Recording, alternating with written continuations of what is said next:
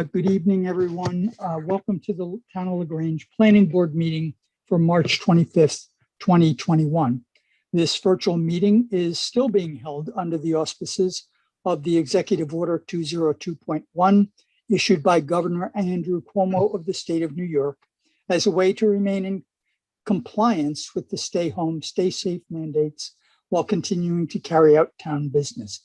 In keeping with this order, this meeting is being recorded and the recording will later be posted on the town website. The video recordings, by the way, are actually on the town's YouTube channel.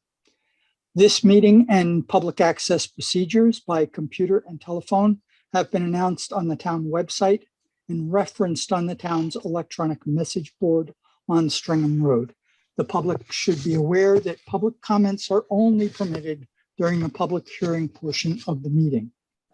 So we do have a couple of public hearings today, so I'll go through some instructions on that when we get to that. But I've called the meeting to order, and so the first order of business is the acceptance of the minutes from 3 different meetings that we had, marathon meetings, by the way, the 2.5, 3.5 hour meetings, and all applause goes to Eileen, who had to listen to that 2 or 3 times each, right? Had the January 28th, 2021 meeting, is there any comments or corrections to that set of minutes? I move to accept the minutes. Okay, motion from Dennis. Can I have a second? I'll second, Mark. Mark seconds. All in favor? Aye. Aye. Okay, it's carried unanimously. The next meeting minutes is February 4th, 2021. This was the special town center meeting that we had. Any questions, comments, or corrections on them? Not I'll on. accept the motion. Move to accept those meetings, those minutes also. Okay, Dennis. I'll Second. second that if Dennis made the motion, Mark. Okay, No, that's fine. Mark. Mark. Okay, we'll give Mark this one. You have an opportunity on the next one, Randy. Okay, Sure. all in favor? Aye. Aye. Aye. Anyone opposed? Okay, carried unanimously. All right, the final set of meeting minutes was from February 25th, 2021. Any questions, comments, or corrections on those minutes? Do I dare go for the hat trick on the acceptance of these minutes also? Sure. Go ahead, Dennis. I'm going to defer to Randy. All right, I motion to Okay, accept. Dennis motions, Second. Randy Randy. seconds, all in favor? Aye. Aye. Anyone opposed? Wonderful, that was passed unanimously as well. So I'll point out to everyone that the link to the planning board files that are supporting documentation to what's going on today are on the Town of LaGrange website. There's a public server out there, and the link is actually in the agenda. The first public hearing, we have 2 public hearings today. The first is the 16 Bailey Road ground mounted solar plan. So let me just do the housekeeping on that. During public hearings, the public can unmute themselves and indicate that they would like to speak, or by using the on-screen control raise hand. This will allow us to see and recognize you in the order that you raised your hand.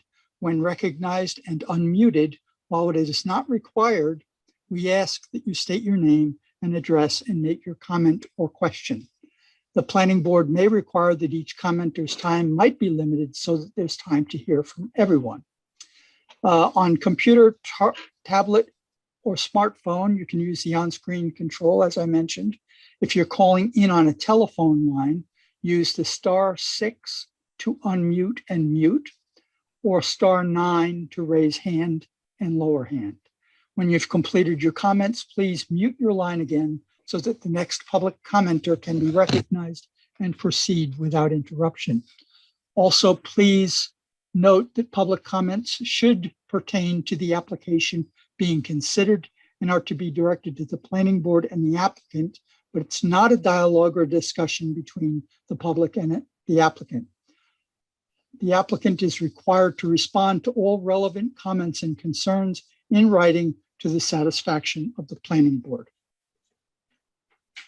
All right, so I'm always glad to get through that part. The first public hearing is the 16 Beely Road ground-mounted solar. As I mentioned, this is a site plan and special use permit application for residential ground-mounted solar array at 16 Beely Road. This is in a residential low-density zoning district. It's on 3.5 acres, and it is a secret type 2 action, which means that we will not need to do a negative declaration to proceed on this one. So I would invite the applicant or their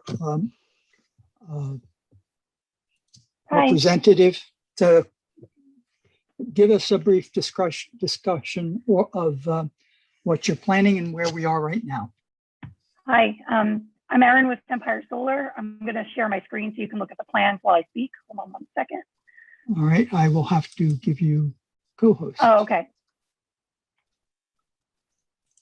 Okay, there you go.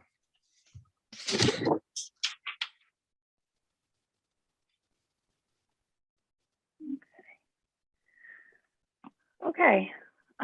So we are looking to install, sorry, there we go. We are looking to install a 12.06 kW ground-mounted solar array. The array is going to consist of 36 panels. It's the Q-cell 335 watt panels.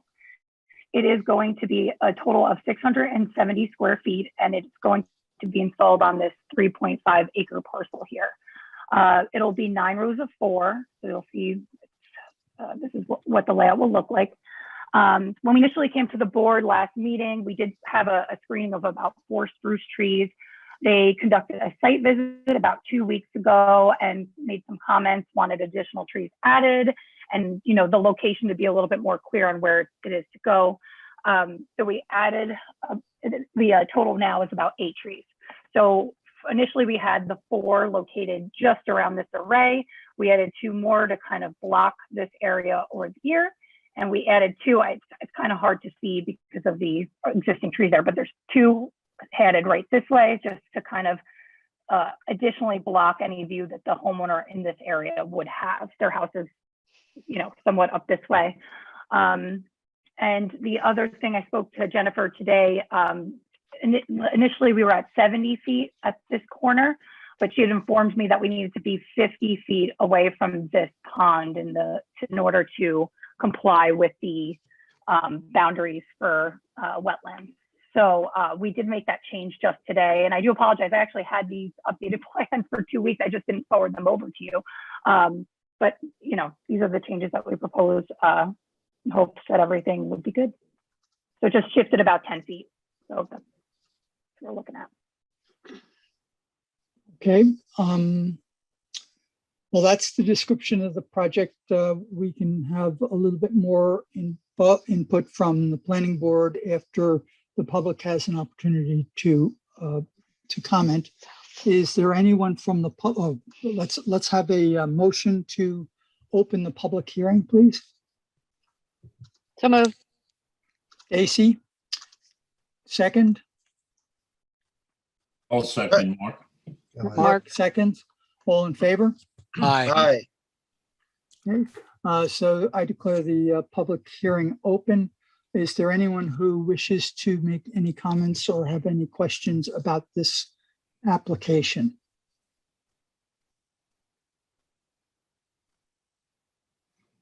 Hearing none, I'll make a motion to close, Mr. Chairman. Mark? All right, I'll ask you to modify that because I did want to mention that one of our concerns was that the location that was marked at our site visit is different than the location that was on the map.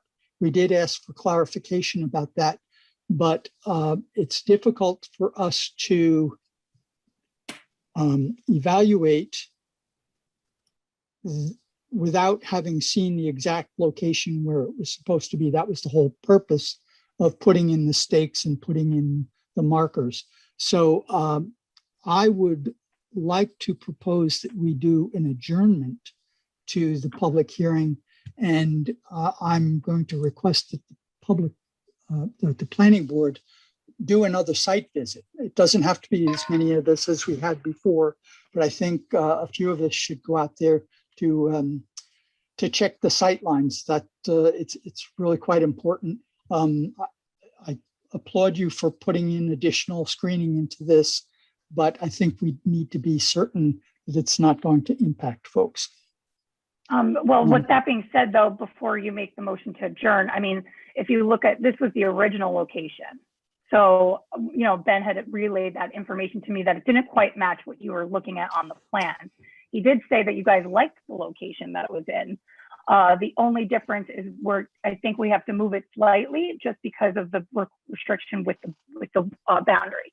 So it's an honest distance of 10 feet. So if you look here, this is what it was. And if we did shift it quite a bit to match what was there. Now, again, it was shifted, you know, very slightly on this tiny map to show that the location that it will be, but I would like or hope that I could get an approval contingent upon whatever changes or plans need to be made if you need to go out again. I don't want to have to delay the project another month if need be. Well, I'm going to just try to do a little marking. I think we were over here more with what he put on.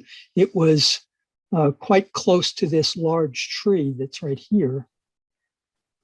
And well, I mean, on that large it makes quite a difference in terms of the angles where and the location where the screening needs to be.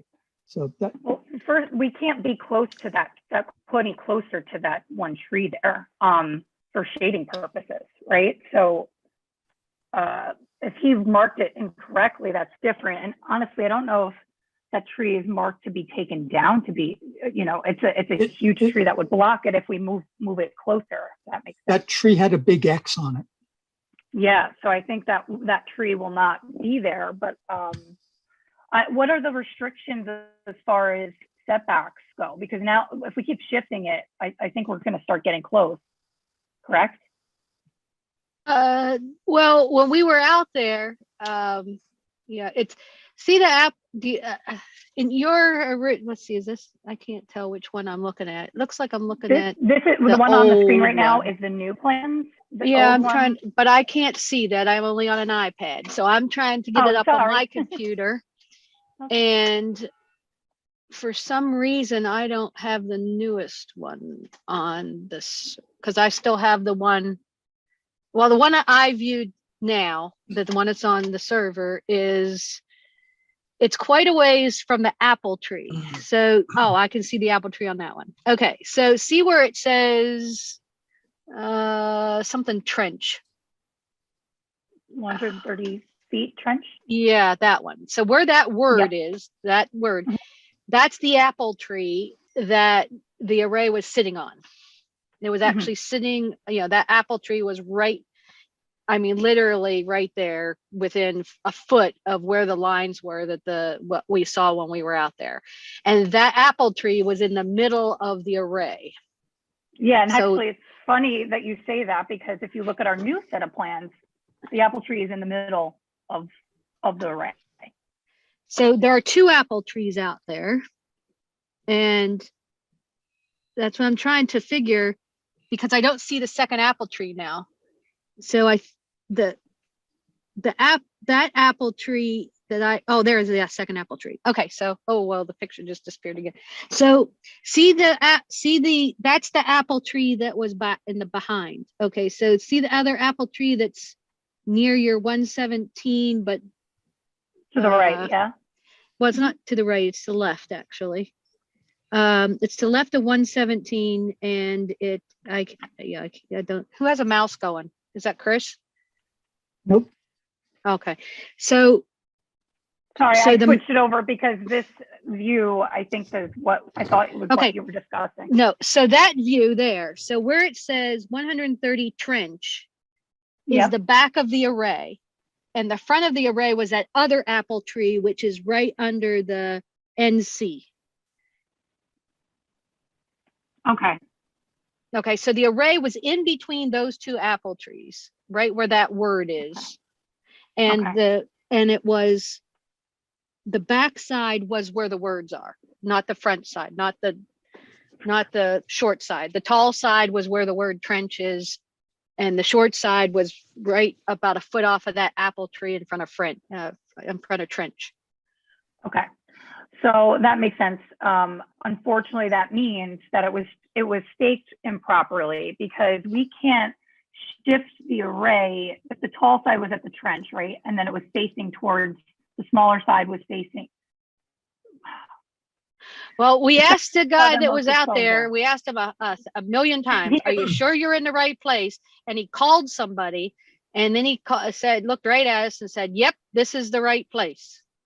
I do That have the what is on the pictures map too, is so wrong let's and see. what is out here is right. Okay, so I'm gonna just pull up some of these. I had them. If you can see if my images will load. I did take some pictures of. I had him up. Let's see. Of course, they're not loading fast enough. I have all the pictures of what he had staked out. I had him mark on the plans where you guys were, and he just told me to shift it over. But to me, it sounds like it's in a completely different orientation. Is that correct? No, it's the same orientation. Oh, okay. It's just your backside, the side where you have the four trees in that picture. That's the Yeah. backside. That's what I'm calling the backside. That backside was where the word trench is. Oh, okay. And then the smaller side was at like the end of the word trench. So the smaller side, no, south is No. is Smaller was by the bottom of the yeah. picture. So Yeah. your rectangle, your high side is by your trees, and your low side is the low side. Yeah. That side, yeah. Yeah. So if you take that So- whole thing and put it over the word trench, that's where you were. Okay. So this was the old plans, and this is the new one. Right. To So me, you still it's you're still not in between the two apple trees. yeah, and the reason for that is because we had to move it 10 feet to get away from the pond, as Jennifer informed me today. So we Yeah, had but the apple trees aren't towards the pond. The apple trees are towards the south. So right now you're smack dab over one of the apple trees. yeah. Okay, so the array we looked at was In between them. to the east more and to the south more. Okay, and the apple tree that it's over was the backside, like touching that tree then? Nowhere near it. So if you show your pictures, I can show you where that apple tree is. Oops.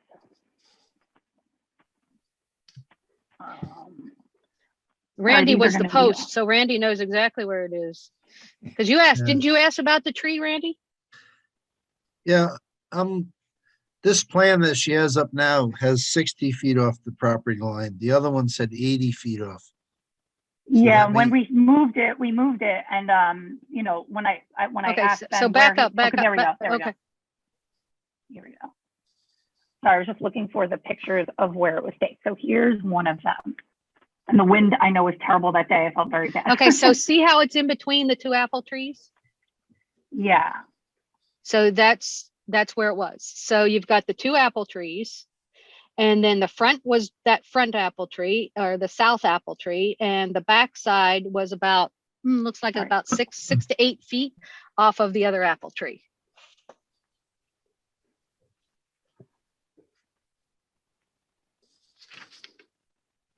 Okay. I mean, I don't kind of know where to go from here because we have to move this either way because we got to be 50 feet from the pond, right? The new plans are not right. Yep. Well, what Chris said was you go out and you stake it exactly where you want it, and then we'll go look at it because where you Okay. staked it is not where you want it.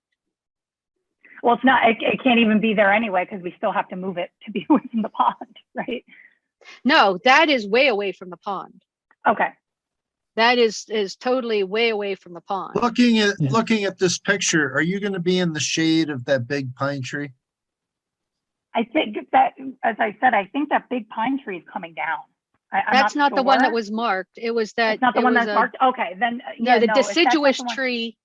There was a deciduous tree that's not on your screen that was marked. Yeah. Okay. Yeah. No. If so, the backside is not the. The angle is going to be facing this way, so this tree should not affect it at all. So looking at this picture, where would the new one approximately be? I feel like I need to take this, information because I Right. guess let's go to this and you tell me. So put that. No, you put your picture back up. Now tell Randy Okay. where you are.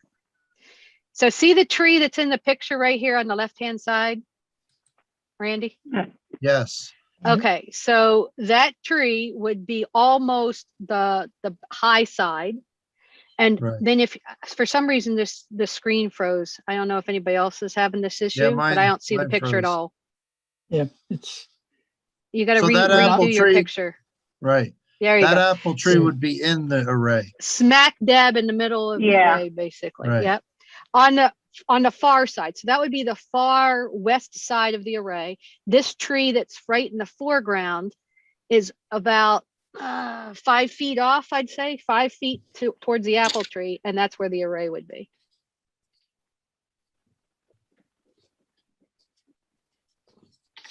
Well, I So can go the out array there, would be in between those two. I can go out there whenever you want, once it's restaked. yeah, it's not our intention to be obstructive here. We have a responsibility to the property owners that bound in the surrounding area as well. So it's important that we get it right. So I think we can get out there quite quickly, and we certainly should be able to turn this around. But let me just say, okay, we'll do another site visit. We'll set a date in a few moments. But were there any other things that we needed to discuss about this beyond that specific location? I'm trying to find my notes. I'll withdraw my motion then, Mr. Chairman, to close the public hearing. Thank you.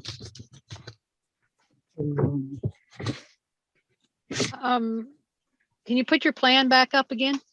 Sure.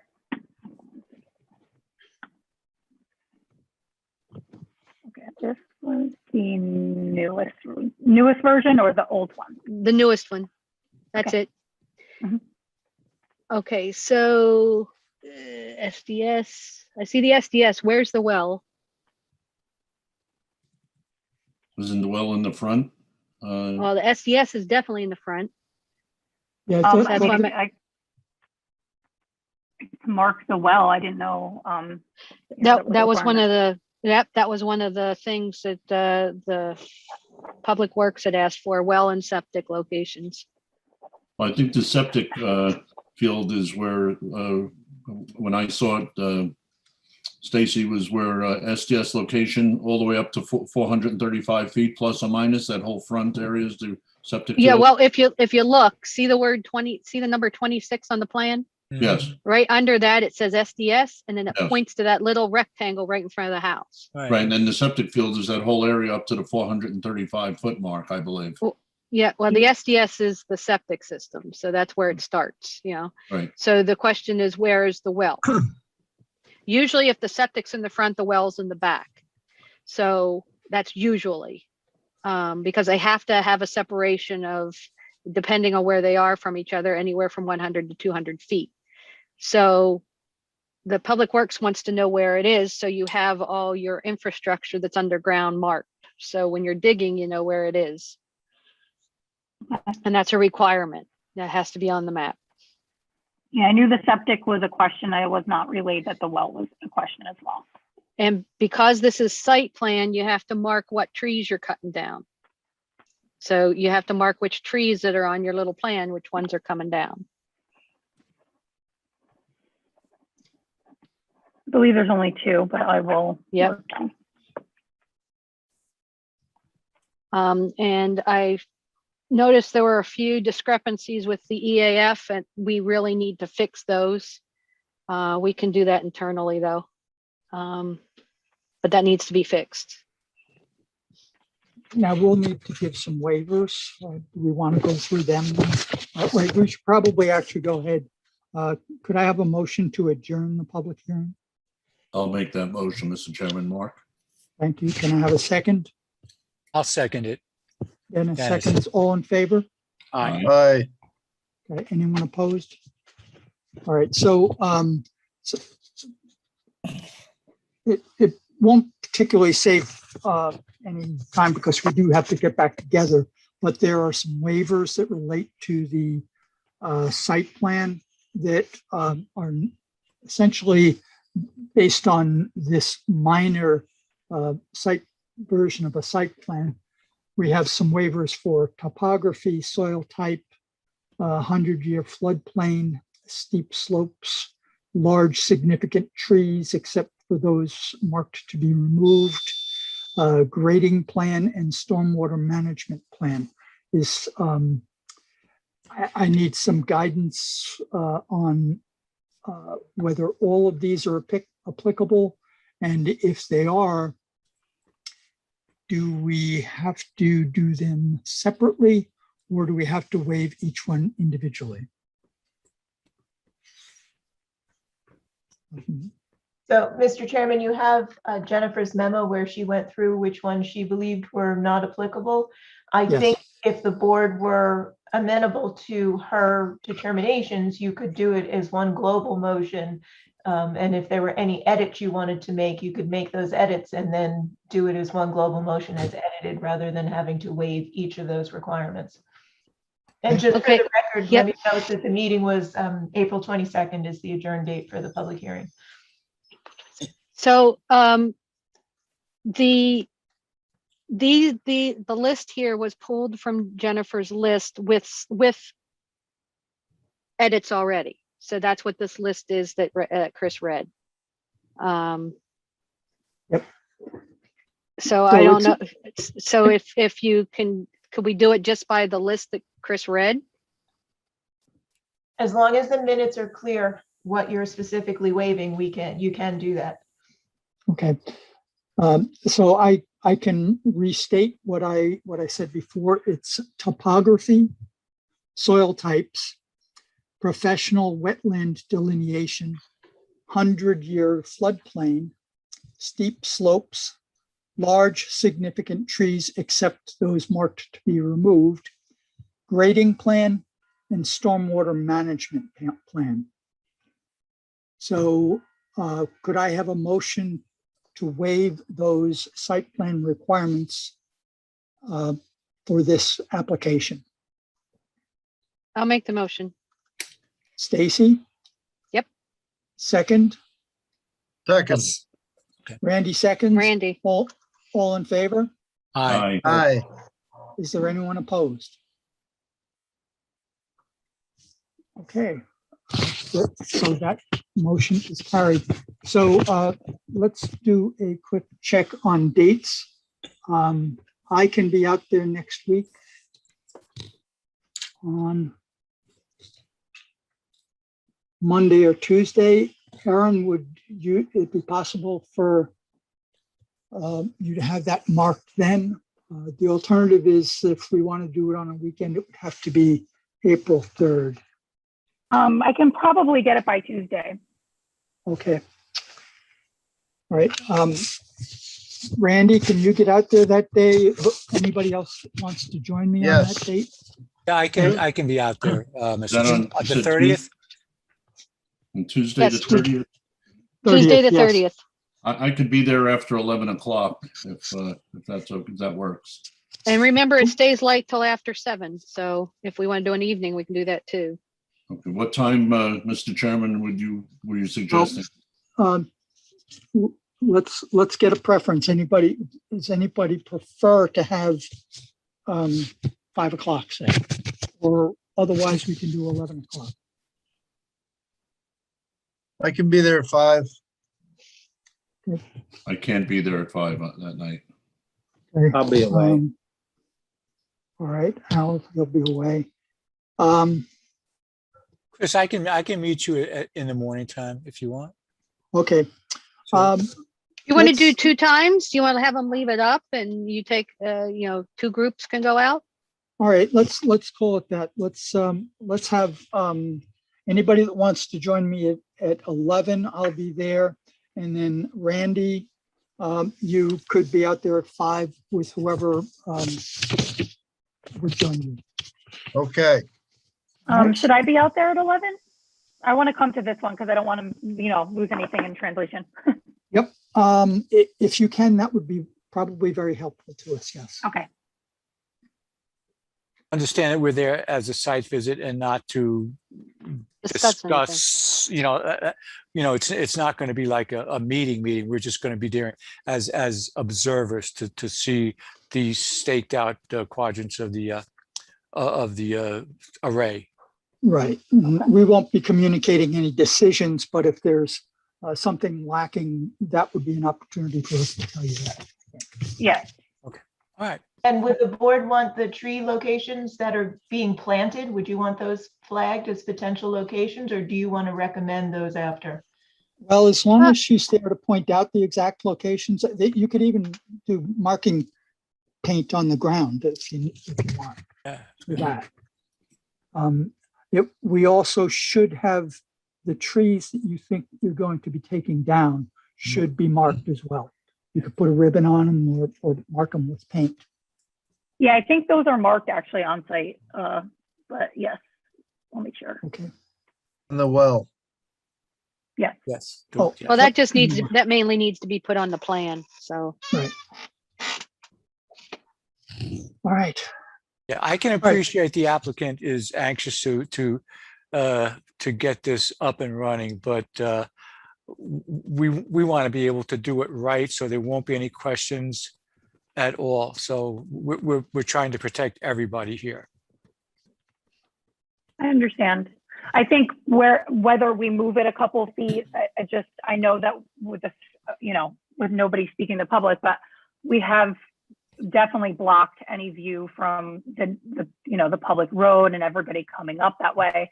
I would say that the neighbor that would be located over here might be, the only one in question, being that these trees, lose their leaves and, but we did come up with a plan. So hopefully it'll work out. All right.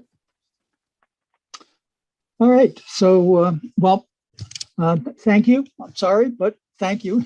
And you'll be on our next agenda, which is, what was that date? April 22nd, 22nd. right? Okay. All right. Sounds good. Thank you so much. All right. Thank you. Thank you.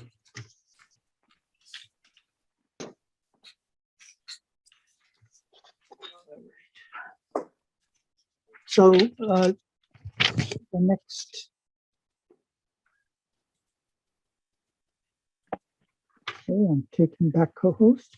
So next up is the HG Page amended site plan application for a lumberyard and outdoor storage area at 360 to 364 Manchester Road, Poughkeepsie, in the Manchester Gateway Hamlet. It's on 2.79 acres, and this is also a type 2 action, a secret type 2 action. So is Kelly in the room? I am. Yeah, she Yes, is. I am, Mr. Chairman. Thank you. This is Kelly Leibolt. Hi. Would you like to speak to what it is that you're planning and bring us up to date on your latest submission, please? I would. Could I have permission, if that's okay, to share my screen and I can do a quick PowerPoint for you? Yes. Okay. Oh,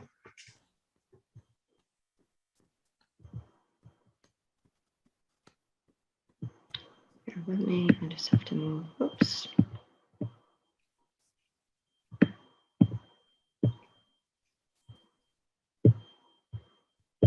Okay, I just want to make this large enough so that you can see it. Again, this is a public hearing, so I just thought best to start from the beginning, and I'll just do a very quick overview of the project so everyone has the same information. So I'm Kelly Leibolt, representing the H.G. Page lumber facility. Most of everyone here should know the location, which is 360, 364 on Manchester Road. As you indicated, the site is 2.79 acres in the Manchester Gateway District, or sorry, Manchester Gateway Hamlet. This is just an overview drawing showing the site, Route 55, County Route 49, also Titusville Road, existing building, the building which has been removed in the center, and the last building on the east side, which will be used for the warehouse. Again, there's 2 existing buildings that are located on the site. We did provide you with a full engineered site plan, and the proposed improvements predominantly focus on the center of the property, where we are proposing to use this area for the outdoor storage. We're going to be moving the aggregate materials and the inventory at the store on 55 over to this location. We're going to keep the existing access points on Route 55, on County Route 49, Old Manchester Road. As many of you know, this is really just an open curb cut. You know, it's sort of park where you will at this point in time. We worked, as you know, and per your recommendations, very closely with the Department of Public Works, Dutchess County Department of Public Works, to come up with a plan that they felt met their needs and the town's needs as well, and the applicant's needs. And so we're proposing improvements to this area as far as channelized ingress egress. So an ingress egress here and an ingress egress here, a curved landscaped island with landscaping. We went through much of that at the last meeting. We're going to maintain this existing building for use as a warehouse. There are 2 garage bay doors here, so these 2 doors will remain open. We did provide you with a detailed landscaping and lighting plan. So this is just a blow up of each. So on the landscaping plan, we've gone through the improvements that we're proposing along Route 55, adding additional trees, landscaping in this area along the new buffer, which were hydrangeas, and adding river rock throughout the site, which will help with some of the stormwater collection. We also provided you with a lighting plan. There are 2 new proposed lights. One is here in the corner. The second is right here. And this is a detail of the light. We did provide you with a photometric plan showing that there will be no off-site light spillage onto adjoining properties. We did provide you with the details for the fencing, the ready rock areas that would contain the aggregate material, and some of the other various details for the project. We've provided you with the applications. This is a specially permitted use, amended site plan approval. This is a public hearing, so we did provide your office with the notice of the mailing to the adjoiners, list of the adjoiners, copies of all the receipts. Usually when I'm at a public hearing pre-COVID, we hand you the green cards. Those were handed in, affidavit of public hearing notice, and of course the signs were placed. We took photos of those. So there was evidence that they had been properly placed. There were 4 signs placed for the public hearing. So that's really a summary of the presentation. Between last meeting and this meeting, we did provide you with a response letter that addressed the comments, of course, by the planning board and by Clark Patterson Lee on their review. I understand there's a few comments that need additional supplementation, which we're happy to provide. I think they're fairly insignificant with regard to some grading in this portion of the site. We did add the trees and the landscaping that were requested at the last meeting, notated lawn area where there was no notation. Again, there's a detailed response letter for you. I'm not sure if you want me to go through each and every item, but that summarizes our presentation. I do understand that you have received comments from Dutchess County Planning under the GML 239M, and I'm going to go to this view for just 1 minute. A lot of the comments, of course, the county planning comments were that this project was a matter of local concern, but there was some back and forth, and I really wanted to work to tie your consultants and your staff in on the communication, so there was full accountability and knowledge of what was going on.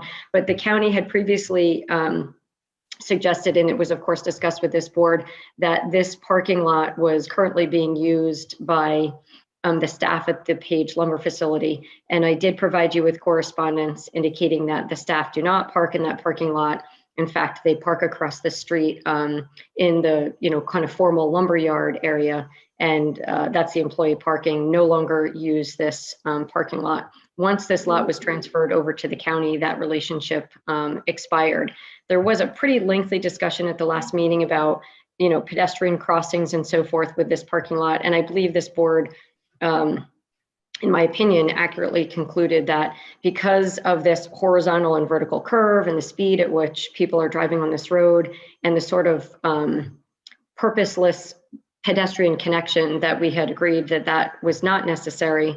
I am a very, very strong advocate of sidewalks. I try to put sidewalks in everywhere that I can. The county did recommend that we discuss the addition of sidewalks on the north side of County Route 49. 99% of the time I'm always pushing to put sidewalks in, but in this particular scenario, I think that it's not only not necessary, but it's actually a bit litigious. They're really sidewalks to nowhere. There's no end and any destination at the end of the sidewalks and so forth. The predominant commercial district is on the other side of Route 55, and there are safety precautions and pedestrian crossings and so forth at the signalized intersection. So we think that we're doing a significant improvement in this area as far as channelizing those cars, et cetera, and the addition of the landscaping. But I just wanted to bring that up so you knew that we had communicated with the county back and forth, and of course, again, included your consultants on that communication. And that's it, Mr. Chairman. All right, thank you. And I do know that we do have some planning board comments, and we want to discuss a few things here, but I think the first order of business is to see if the public has anything that they'd like to bring up. So if I could have a motion to open the public hearing. Motion to open. Randy makes the motion to open. Do I have a second? I'll second it. Dennis. Dennis seconds. All in favor? Aye. Anyone opposed? All right. We have a someone, SL, who has raised her hand to comment. Please go ahead. You can unmute and speak. Thank you. Hi, I just had a quick question about the proposed plan. Is there any plan to do any kind of excavation underneath, like the level of where the asphalt is currently, to the east of where the building came down? Okay, that is a question which they will need to respond to in writing. Typically, we don't do quick, unless it's a very quick, easy answer. We typically don't go back and forth on this. I'd like to ask a question, Mr. Chairman. What is your concern about the excavation, if there is any? It's kind of a long reason, but basically I have some interest in what is under the ground there. And if it's going to be disturbed, then I just would want to talk with the property owner about that. Okay. Sounds mysterious. Yeah. It's not meant something to be. that I don't want to draw out, this meeting before for my question, especially if I have a feeling that nothing's going to be disturbed and therefore it doesn't matter. Mr. Chairman, I may be able to just intervene. There is no proposed excavation in that area, so it's just a resurfacing of the existing paved parking lot, and that's the extent of it. Okay, that's fine. No problem then. Thank you. Not that it would have been a problem otherwise. I just would have been wanted to know a little bit more. So thank you. Okay, thank you. All right, anyone else?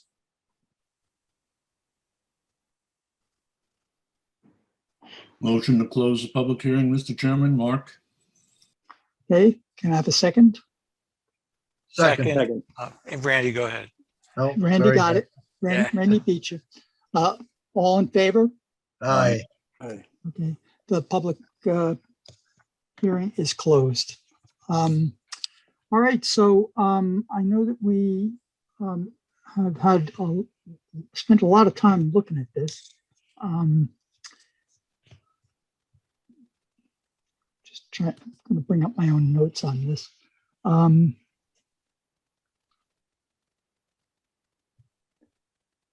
We have some consultant comments about water hookup location, contours, and grading in the parking area. And I think for me, one of the biggest ones had to do with the grading of the area around the handicap parking. That it may currently exceed the allowable. Is that my, Greg, am I understanding that correctly? I think you're muted, Greg. Sorry, those are two different items. One, the handicap parking is to the north of the site, and the grading shouldn't be an issue. We typically just ask for spot elevation simply to ensure, because the grading is controlled to 2%, and so we typically ask. The grading to the southeast corner of the building was where we felt like that needed to be softened because that exceeded the town's maximum grading of 5% in a parking lot. So they were two different issues. Again, the handicap was more just asking for spot elevation so that it was assured that that met the requirements. But I think that's where the existing handicap spaces are. Correct. That is correct.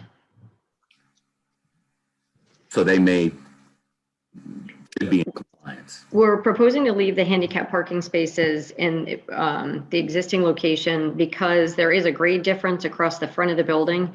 And this is where the handicap parking spaces meet the ADA requirement. And so that's why we had left them. There was a discussion last meeting about moving them into the front of the building, more to the center of the building. And because of that grade difference, this is the acceptable, and I mean acceptable only through ADA location for the spaces. I believe the issue that you're talking about, Greg, is in this area. And Right. We had proposed a hatch here. We thought that it would be nice to put a sidewalk there. If that sidewalk, it's pretty complicated, as you know, to change the grading here because it's existing. And if it's challenging for us to keep that sidewalk there, perhaps we can stripe it so it's not a formal ADA sidewalk, but still provides a path for people to walk across for their vehicles. I tend to think that most people are going to park and they're going to get out of their car and walk as they do in almost every other, store where you have parking spaces that abut up next to the building to walk behind their car. So we could certainly stripe that and put parking bumpers there if that alleviates that issue. But we can work with you offline to try to address that issue. Okay, I don't think it's the issue at the handicap. He just wants spot elevations in the handicap parking areas there, just to show that it meets the 2%. That's the only part Sure. about the handicap. The part about the side of the building is that the town code says that a parking lot can't be more than 5% grade, and those parking spaces to the south are more than a 5% grade as it exists now. I think that's his issue. Correct, Greg? I don't think those are parking spaces now. No, well, no, it's a driveway now. Right. And so those being, if you go to a plan that shows the grading, those first 2 or 3 parking spaces in that southeast corner appear to be quite steep based on the grading plan or on the existing grades. Okay. Because So you're talking about. I don't see the parking on the grading plan. So you don't have the Well, parking they on did the put- grading plan. They did bring the grading to the plan on this plan. Okay, And That those one, yeah, first, okay. you see the first, those are Yep. almost 10% yep, going lengthwise from the building towards the driveway or the entranceway. Those few parking spaces there would almost be a 10% grade. Those would yep. be quite steep to park. Yep.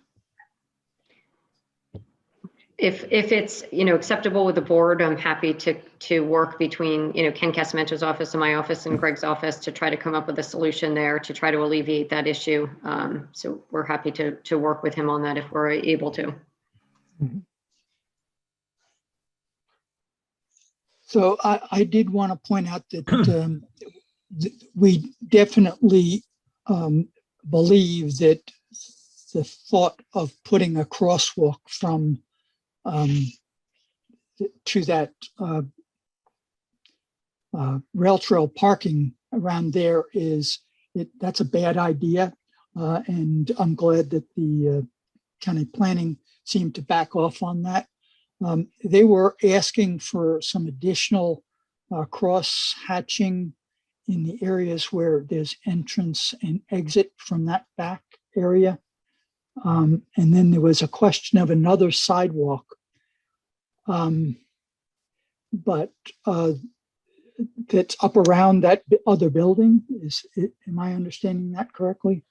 So can you go up to your location map, please? Not that one, the one on the plan in that corner. Yeah. Yes. In the corner. Yep, the one in the corner. See how you have it looped around that state site is included in your site? Yeah, it's shown on the dark line. Yeah, it's not supposed to be there. You don't own that. That's a state owns that. Yeah, So correct. so that is, I think, confusing the county a little bit, because down here on your regular one, you don't have it, of course, because it's not yours. Correct. So I think the county wants you to put in a sidewalk all around that detention pond, but you don't own that. Correct. So, yes. So then they said that, that possibly you can work with them to do that. But then again, we talked about that it's a sidewalk to nowhere, because you don't own over here by the bridge either. You don't own past the bridge that goes over your site. Correct. And so, and I'm, yep. Go ahead. I just wanted to point that out to the other board members, that I think what the county was thinking was it would be looped around and go all the way to that bridge that crosses over the Wappingers, but you don't own over there, so we can't even get to the bridge. So it would just be a site to walk all the way around your site.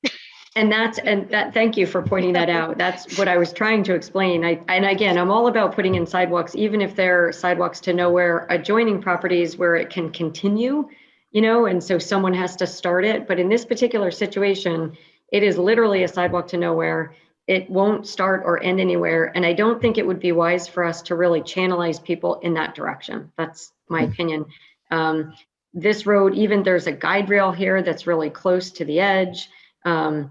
This is a steep, down into a storm area. So I'm not thinking that is necessarily a great place for us to encourage sidewalks. If someone wants to walk from the rail trail to get over to the commercial area, they would cross, the legal crossing where it's set up with ped crossings and so forth. On so go up to your map again at the top and zoom in on, that first slide you have. Okay, so zoom in on that first slide. I just wanted to point out there is a crosswalk that crosses Manchester, way over here, way to the left, way to the right. I mean, okay. So there is a crosswalk that crosses there at the traffic light. Yep. However, there is nothing to get to the rail trail. So I would say it's the county's issue that they need to put a sidewalk on that side to get to their rail trails, not on, so that's my opinion. I don't know about the rest of the board, but my opinion is it makes more safety sense for the county to put in a sidewalk all along that south side of 49 than it is on that north side of 49. Right. I agree with that. But when a county or anybody asks for something, you have to reason it out and explain why you're not following their advice, or whatever. So that's what I just wanted to put that on the record. Yeah, they have the other rail trail parking lot too by Quinlan. So yes, And I would find it conceivable that people may wish to walk from one to the other, from between the two parking areas. If there's a group that where some people park on one and some people park on the other, they may want to walk. So if the county thinks that's important, that would be, county would need to work on getting that south side sidewalk done. It's not part of this project. They also have a third parking lot that nobody realizes. And see that tree that's down in the very right corner of your picture, that Here? tree? Yeah, to the east of that is a gigantic parking lot for the rail trail. So, and they don't even have access from that parking lot to their other parking lot to the rail trail, which, it doesn't make any sense. So you have to walk down Patrick Lane to get to it. Okay, I didn't know that existed. Yeah, that's, if you look on parcel access, it's there. Okay. But if you look on Okay. parcel access, it definitely does not belong to anybody. Okay. It looks like it belongs to the state or to the county or something. Okay. Looks like it's state, I think. Kelly, Yes. on that warehouse building at the very corner above where it says Titusville Road, does that have electricity presently in that building? I think that there are lights outside of that. I think there's a small wall pack on the outside, so there must be some power to that building. Okay, so in your lighting plan, you didn't make mention of any lighting over the overhead doors. Is there any plan for that? Some downlighting over those doors? I don't think, we asked them for a full lighting plan, so I'm guessing that they're not proposing any lighting there. We are, they're simply going to use that for storage. So I don't see any that they've given to us. And so I'm going to assume that the answer is no. Okay, because maybe you want to consider that for deliveries in the dark or movement when it's dark, because you are around that curve going toward 55. Okay, very good. And especially if there's going to be a sidewalk across the street for safety reasons, I would think you'd want to have some illumination over there with possible trucks going in and out. Okay, Just a suggestion. thank you. Kelly, on your bins, I would assume, I guess for strength, because you're obviously have aggregate material in it, you're not putting a footing there? You are excavating down in those areas, right? We're not actually, these are called Ready Rock walls. Got it. And so Yep. I don't know if you've ever seen them They're before. they're just wider ones on the surface. Okay. Correct. They just sit and you fill Yep. them and then you kind of work your way Yeah, out I know there. what you're talking about. Yep, yep. Okay. Thank you. And this is a detail. Whoops. Yep. That's a detail of it. Got it. Now that we're not doing the sidewalk, back to the county. So they also said, and I don't see how they could propose this. They wanted a sidewalk and street trees. And there's no way, I don't think they would have got sidewalk and street trees in there. So what about now that we're not doing a sidewalk or anything, can we get a couple more trees in that? Let me just Because go to the county wants it. Yep. I'm just And going it's to the in County landscaping road plan. right away. Yep. Stacy, where are you talking about? She's trying to find it. So down here where it says Old Manchester Road, you have a green space there. It says lawn. And the county originally said, put some trees in there and a sidewalk. Well, obviously you can't do a sidewalk and trees because that's not enough room. So, but now that we're not doing sidewalk, you probably could put a couple trees in there. I don't see any reason why we can't put 2 trees here. We can kind of anchor this and put one on each side. We may be able to just replicate the same birch tree that we're putting on the other side, just so that we get something that's salt and heat tolerant. Yep. Well, it would be what the spacing is for our town road, because then that would kill 2 birds with 1 stone, which is the street trees along that street. I think it's 35 feet. I'm pretty sure. Yes. Yep. So we could, I think we should be able to get 2 in there, but I'll whatever that dimension See is. whatever fits 35 feet, Okay. And you remember you got them on the ends, so the end, Correct. the end counts there too. Yeah. Okay. Let's see, what was the other thing? Oh, the fence. So this chain link fence, you didn't specify the color. By any chance, can it be black to match your other one? It was supposed to be black. Yes. And I'm sorry if that wasn't on there, but yes. So it is. yeah, it's not on your detail. It just says Okay. chain link fence. We will fix that. Okay. Now, there was a couple of comments from Public Works. Yes. If we've covered this already, I apologize. Both water mains are located on the plan, provide how the building is served with water.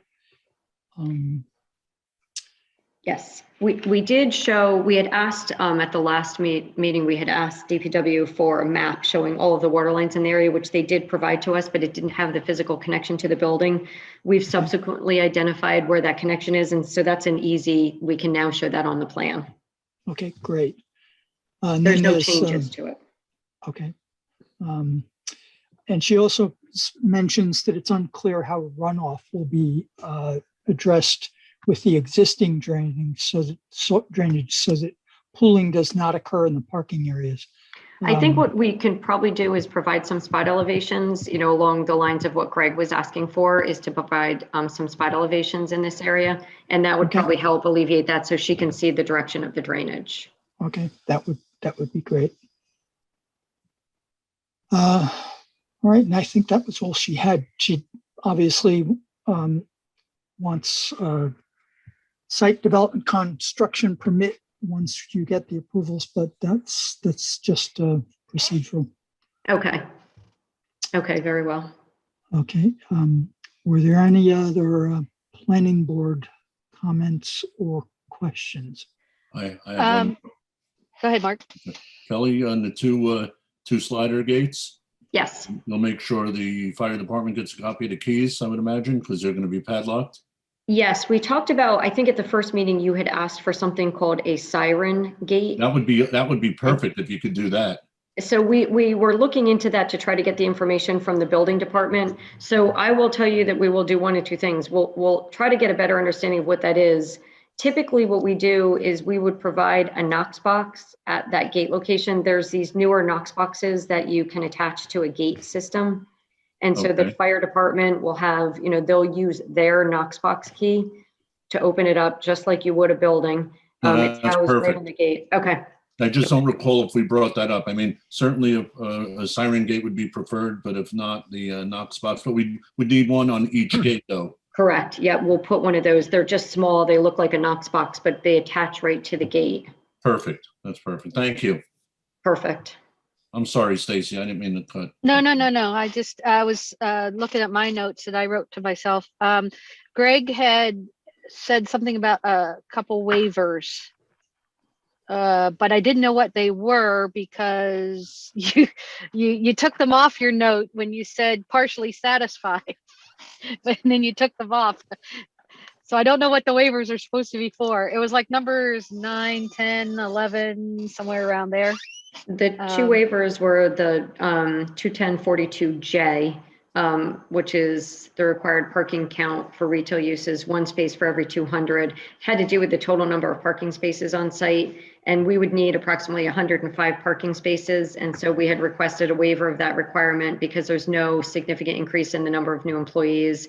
And this is an existing legal nonconformity. Okay, so with that said, how many did you have before you did the demolition? And how many do you have now?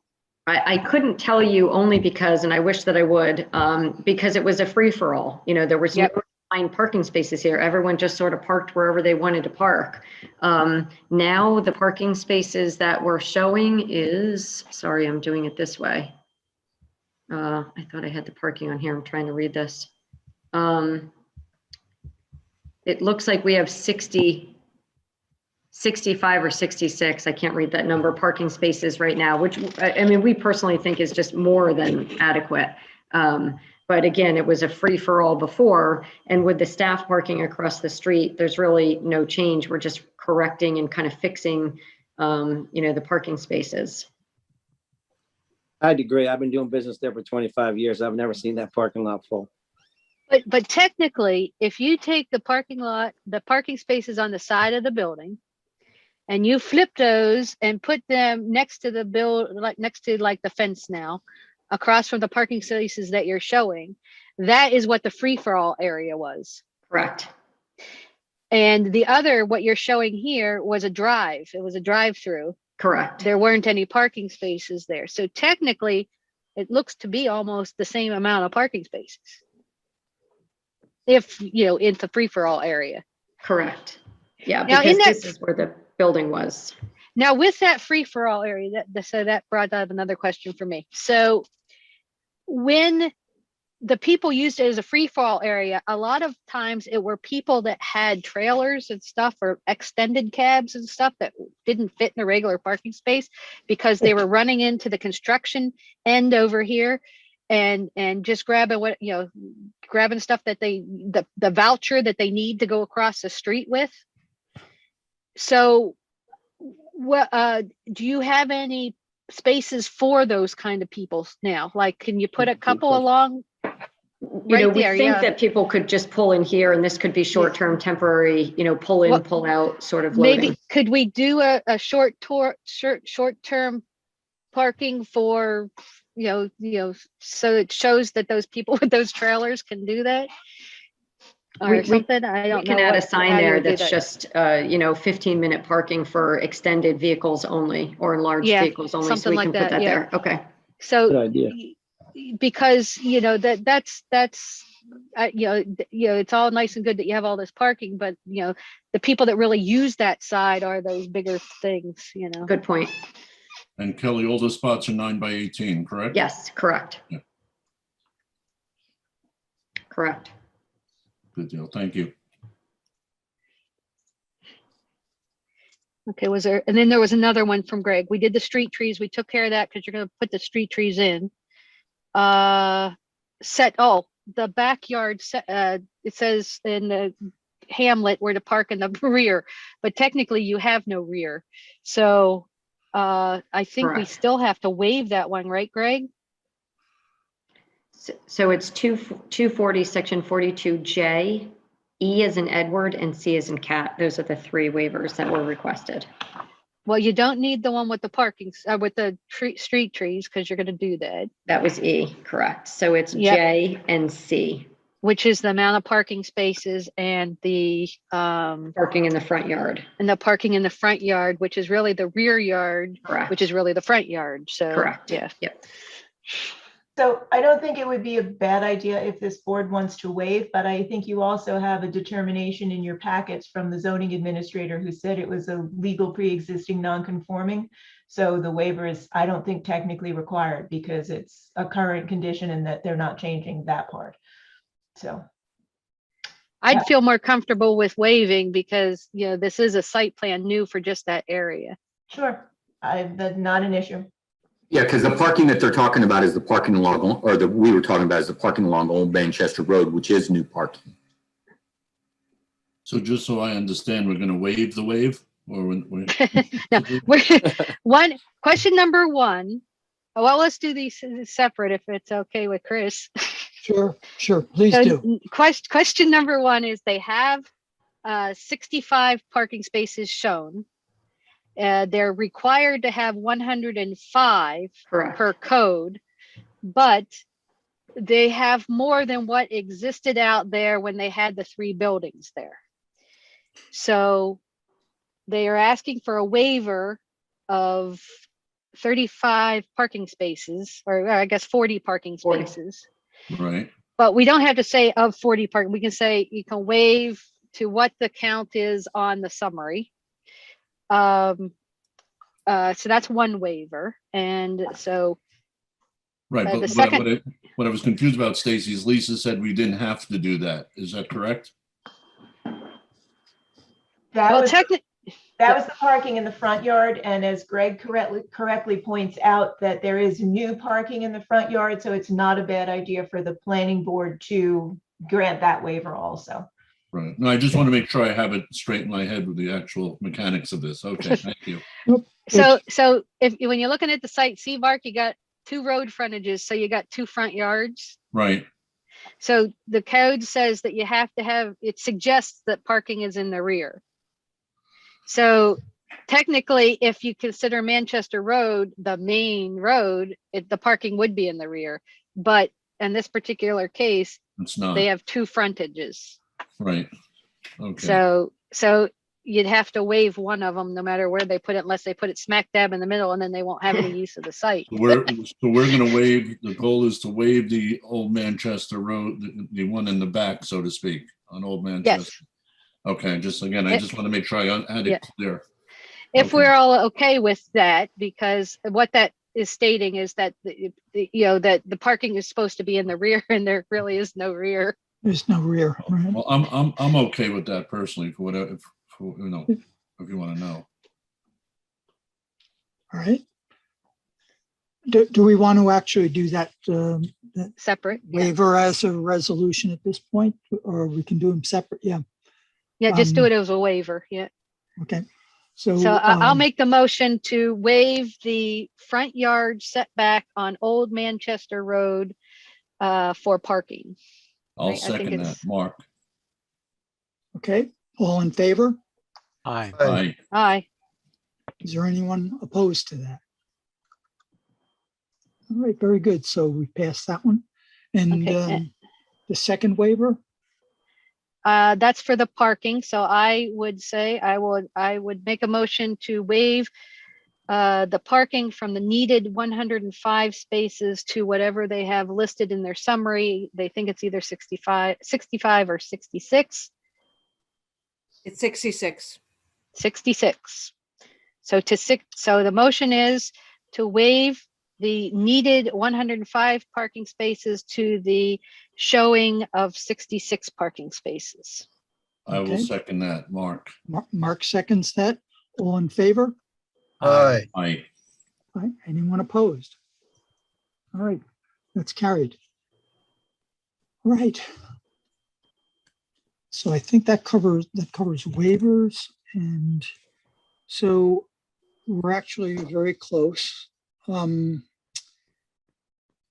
just clean it up. Yeah, just clean it up and get work some of that stuff out with Public Works, and I think we should be ready next month, maybe. Mr. Chairman, if I could ask the indulgence of this board, we have been trying to get this site open because, as I'm sure you understand, landscaping season is rapidly upon us. And we've been trying to get this open so that we can have one functional site. I did take copious notes of the changes that were requested by the board and asking if you would consider in this scenario a conditional site plan approval so that we can try to move forward and address some of these issues next week. That will give us, a bit of an edge before a 30-day, timeframe between the next meeting. And I think that most of them are minimal. We've talked about these items at length, and I always provide you with a very detailed comment letter indicating how we've made the changes to the plan to make that, review seamless. So we're asking if you would consider that in this particular situation. Well, the first question that I would ask is whether our attorney, the planning board attorney, would give us an idea of where we stand on that particular request. Well, that's up to the board. I know it's been the board's policy not to do conditional approvals with conditions like this that are open, but if the board is amenable, you could certainly do a conditioned approval tonight with the conditions being what was discussed at this meeting. And then those conditions would have to be satisfied prior to any site plan signature and prior to any building permits being pulled. So it's certainly possible if the board felt that the conditions were something that could be resolved with staff prior to plan signature. But if the board feels like they need to see the answers to any of these questions prior to an approval, then it would not be an idea to do it. Right. Well, I just have a question. I have a question, Chris. So from Sure. our notes, from our packet that we got, I didn't see anything from New York State DOT or DC DPW or even our CAC. Usually they would say something on this, but mainly the two biggies, the New York State DOT and the Dutchess County Public Works, they actually have to get a permit from. So those I don't- would be a condition of, I mean, they could be a Yeah. condition of approval, or they could be something that you require before you grant the approval. Obviously, there's no building permits going to be pulled without those permits being in hand in any event, so. But do if have- if we're doing stuff in their right of way, shouldn't we hear whether they're okay with what we're doing in their right of way? We do have a written acknowledgement. It was sent to the internal departments from the Commissioner of Public Works, Bob Balkind. So I believe Greg, if Greg's on this email, he was on the email. I believe Eileen may have been on that email as well, where he confirmed that the design that we had provided him with the landscaping and so forth on County Route 49 was acceptable and approved by him.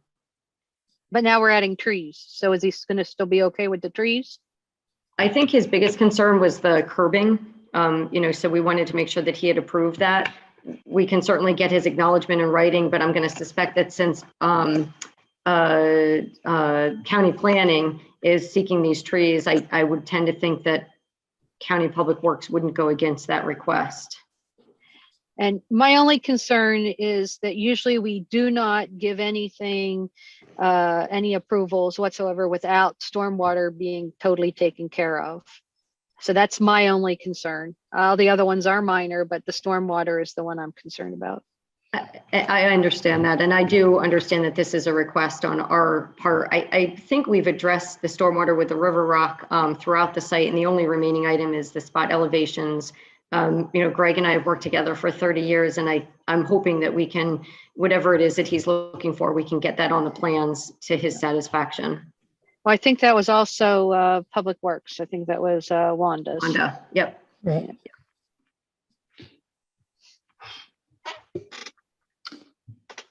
Well, put you on the spot, Greg, and just indicate, I know that it seems as if most of the comments that you had are relatively minor and probably could be simple enough to be conditions of an approval.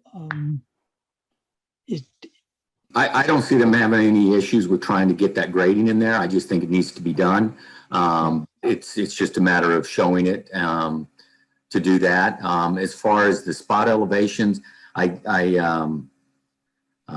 somebody else looked at the plan. The island that's there on Old Manchester Road, that doesn't have a curb on the inside, or does that? We originally had no curb on the inside, so that stormwater was discharging right into the river rock, and that was the purpose of that.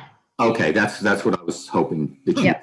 Yep. Okay. That was the whole intent, was just to collect that stormwater that was actually previously, running just across Old Manchester Road. So now we're collecting it, we're treating it in that landscaped area. Because that would be my only concern, is if that was curbed, then that would have been a problem. But if that's curbed and it allows it to run into the river rock, then that should address the stormwater concerns. Correct. I don't know what other, And then the other comments were minor. I think they were all addressed in this discussion. Portion of the slope. Oh, the spot elevations. No, in the parking on the southeast corner of the building. Generally, what I do on my response letters is I not only address, you can see from my other letters, I not only address the comments that are in writing that we've received, but I do take notes of all the comments that were raised by the planning board. And you'll see on all of my response letters, I always include those. So I've taken notes today of all the changes that were requested, and I will provide a response letter with all of those items listed, and then the responses, how we've addressed them on the plans. Right. On that, unfortunately, it looks like the person who made the comment during the public hearing dropped off rather quickly. So I had hoped to arrange to have her be able to contact you possibly by email. So because I think that the wording of that comment raises, she seemed to waffle between whether it's something that she wanted to know or wanted to talk about, but without defining what that was. So what body is buried underneath your property? that's part of my wondering. Yeah, that building that was removed has been there for a long time. I mean, that was the original, I'm work for the Pages. And so that was the original building. So that building was there for a long time. I can't imagine that something was under there and then something was built on top of it. But Unless there's a don't plan on- graveyard under there. So Yeah, that's we don't all- plan on that- excavating in Or that area. The secret wine cellar, Kelly. You might have stumbled on where Jimmy Hoff is actually buried. Dennis, that was my thought exactly.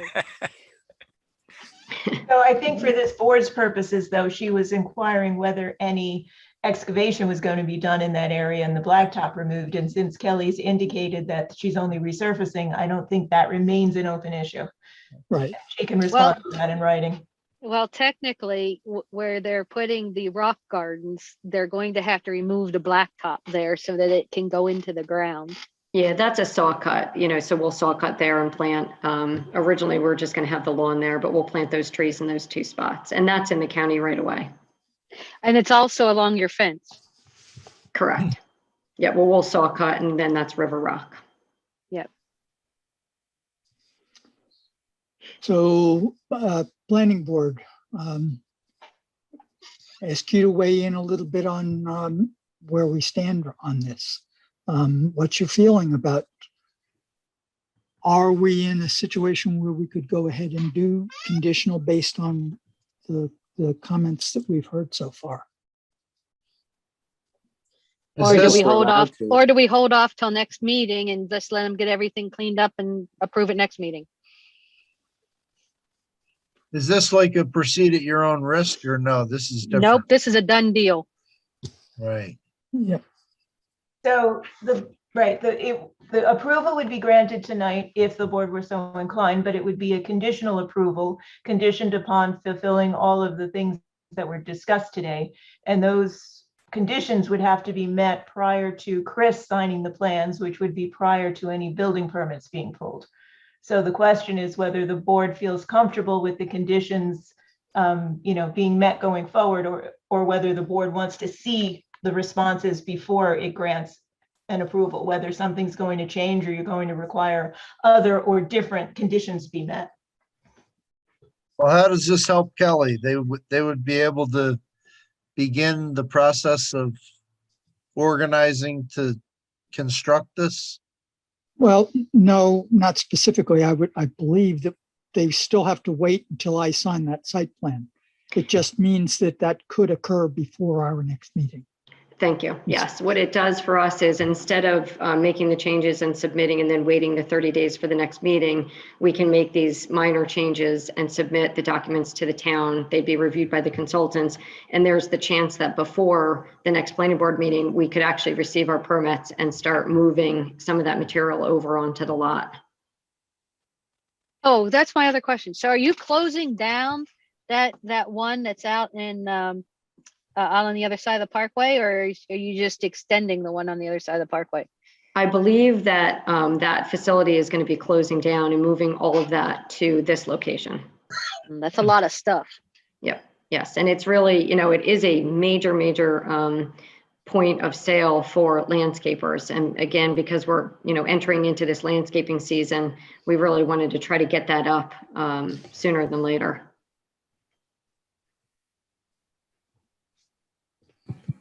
And again, typically, like I said, what we do is we would provide all of the information to your consultants. And, we're all local, so we're available if anyone has any questions and wanted to question, some of the changes. But just going through the items, they're, adding trees and adding the Knox box detail, indicating that the fence is black. Nothing here that is fairly significant, in my opinion. And the other thing you didn't put on the plan that we had talked about too is one way in and one way out. That it would be the circulation. Yes. That it was one way in over by the existing building and one way out next to the showroom building. Yep. The through traffic. Yep. Okay.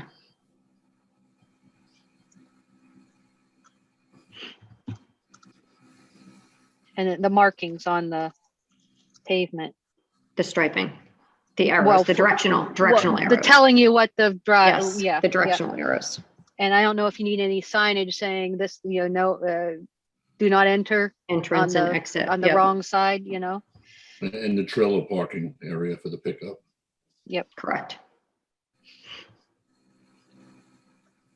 So one alternative that has been suggested is the possibility that we have a special meeting just for the purpose of approving this and kind of get us out from under any concerns that we might have that it might be delayed. We Well, could let's set- ask, the main thing is, how long do you think it would take you to put this on a plan and get all this done? Because you have to meet with Greg, you have to meet with Wanda, and then you have to put everything on the plan. You have to put on the plan after you meet with him. So what, 2 weeks it's going to take? I think by next week we'll have it done. The questions that Wanda had were all items that we understood, and we can certainly call her on the phone if we have any questions. So I think by the middle of next week, we would have these done with a comment letter over to y'all. And Greg, does that sound reasonable? He's nodding his head. I saw that. Yes. Those are comments that could be addressed quickly. I mean, nothing, it's just a matter of showing that grading there, showing a couple spot elevations. We're kind of hoping to get these wrapped up and then into everyone to review, again, middle to end of next week. So then that following week, make any final changes and then get those into the town, within 2 weeks, have those into the town for a final signature. So, Mr. Chairman, when do you anticipate that special meeting to be? Well, I was going to suggest that we could theoretically have a special meeting on April 1st. What about, do we have to have advertised for that? Well, you've closed the public hearing, so it wouldn't have to be advertised as a public hearing. It would just be a meeting, and you could certainly do the advertising tomorrow. I have another planning board meeting in another location next Thursday, so we could find another attorney if you felt you needed one, or someone from my office could cover. Well, But I think the time frame they just said was 2.5 weeks out. That's for pulling permits. They were hoping No. She said, meet with Greg, get everything on the plan, and get the plans back to the town. 2.5 weeks. No, we're expecting that the middle of next week we'll have, so today's Thursday, by Wednesday next week, we should be able to address all these comments, and we were hoping to get them to the town and then to Greg and the consultants and to Lisa, a week from today. So that would be Thursday next week. Yes, so Thursday next week is when they get the plans to the town to be reviewed. And you got to give the town at least a week to get them to the consultants and let them have time, because it's not on their regular schedule. well, So if that's a she's- 2.5 week thing. if they're working directly with Greg and with Wanda, then that would eliminate that lag time, wouldn't it? No, Correct. because when the finished plans actually come in, they have to do a final, thorough comb through of them before they hand them to you to sign. We do that. Even if this was all settled out today, when the final plans come in, we do that before the chairman signs the plans. So we're talking, but I guess we're talking, the meeting's different from the chairman signing the plans. Yes. Greg, I think what Greg's saying is he would do the same review prior to signing off on Chris signing the plans. So it doesn't having a planning board meeting to have that review isn't necessarily required. What it really boils down to me for the board is, are there things that you really feel that you need to see again and make determinations about, as opposed to having Greg and Wanda and Jennifer and I check to make sure that everything that was discussed tonight is done and taken care of. And that's really the question that the board needs to address. If you feel like you personally need to see them and hear consultant comments back, then you should set a special meeting or adjourn to the next meeting. If you feel like the consultants can handle those comments internally without further planning board review, then you can simply do your approval tonight with the conditions that were discussed tonight, and the consultants will take care of it prior to giving them to Chris to sign. All right, well, I was certainly not looking to create undue work for the remaining public, the planning board. But I thought that that might help alleviate some of the question of whether we felt, whether there's a hesitation that we're feeling that there's a risk inherent in doing the conditional approval that we talked about. I guess if I had to express my own opinion, I'd say that I think that certainly we rely on Greg all the time, Wanda all the time, and we take their words as credible for us in making our decisions. So as long as there is not a significant major concern, I would be okay if we were to do that conditional tonight. I want to hear everybody else, and I want to make sure that everybody else would be comfortable with that as well. I'd have no problem with that, Chris. I have no problem with it. I'm comfortable with the consultants. I'm comfortable with the applicant, and I'm comfortable with everything that Kelly has committed to take care of. And that if you feel it's okay, Chris, to sign, I'm comfortable with it. Okay. Yeah, I have no problem with it either, Christian.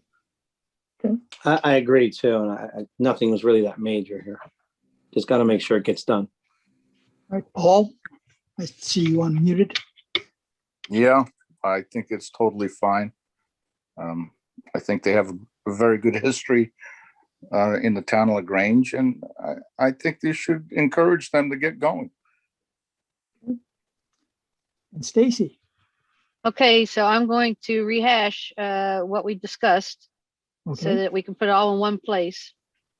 Okay, it's whatever's outstanding in Wanda's letters, the Department of Public Works, whatever is outstanding in Clark Patterson and Lee's letter. Then they're going to put in street trees along Old Manchester Road, the 35-foot spacing in the lawn area in front of the parking spaces. We're going to put some spot elevations in the handicap parking area to make sure that it's 2% or less. We're going to work with Greg's office to figure out the grading on the south side of the parking lot that's against the building by the construction entrance. It's so that it meets town code of 5% grade, which is now 10% grade. She's going to look at the building lights on the existing building that's on the east side to see if there are any and where they fall within the photometric plan.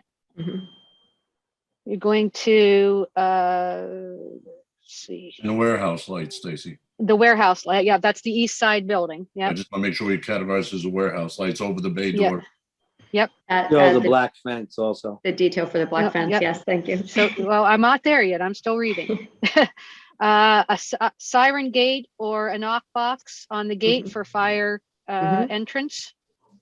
Longer vehicle parking area for the longer vehicles along that fence side. Markings on the pavements and signs showing the direction of vehicle movement within the new area. One way in, one way out. And that's the fence up here. Just mark that it's the black chain link fence on your details. And the other two things in Greg's letter that were waived were the 105 parking spaces to be 66 and the off-street or the parking in the back, we waive the front yard setbacks. And I believe that's everything we discussed. And you have 48 hours to get that done, Kelly. So I'll make the motion for conditional upon the items which I just mentioned, along second with it. all the other normal conditional parts. Yes, that would also include that site development condition that. Yep, everything in Wanda Wanda's has. letter, yep. So I have Stacy made the motion and I'll you had second it. Al second. Jennifer, I Okay. think had something to add. No, I just wanted to make sure we added the Jimmy Hoffa thing too. And No, no, Jennifer, I think had something to add. I just Okay. wanted to make sure that we also acknowledge in the resolution the finding for The sidewalks. decision, right? Yep. Yes. Right. The planning board finds that for safety concerns, along with creating a sidewalk to nowhere, that in lieu of this putting in the street trees, that we will not ascertain a sidewalk in that location at this time. Right. So I have a motion, I have a second. So all in favor? Aye. Aye. Is there anyone opposed? All right, so the motion is carried unanimously. All right, Thank you very much, everyone. I All right. really appreciate your assistance and I will not let you down. okay. Thank you. Lisa, are you or Jennifer going to actually execute this resolution? Jennifer and I will prepare a resolution and we'll provide it to you for review. Thank you. All right, very good then. Many All right. thanks. Have a good night. Thank you.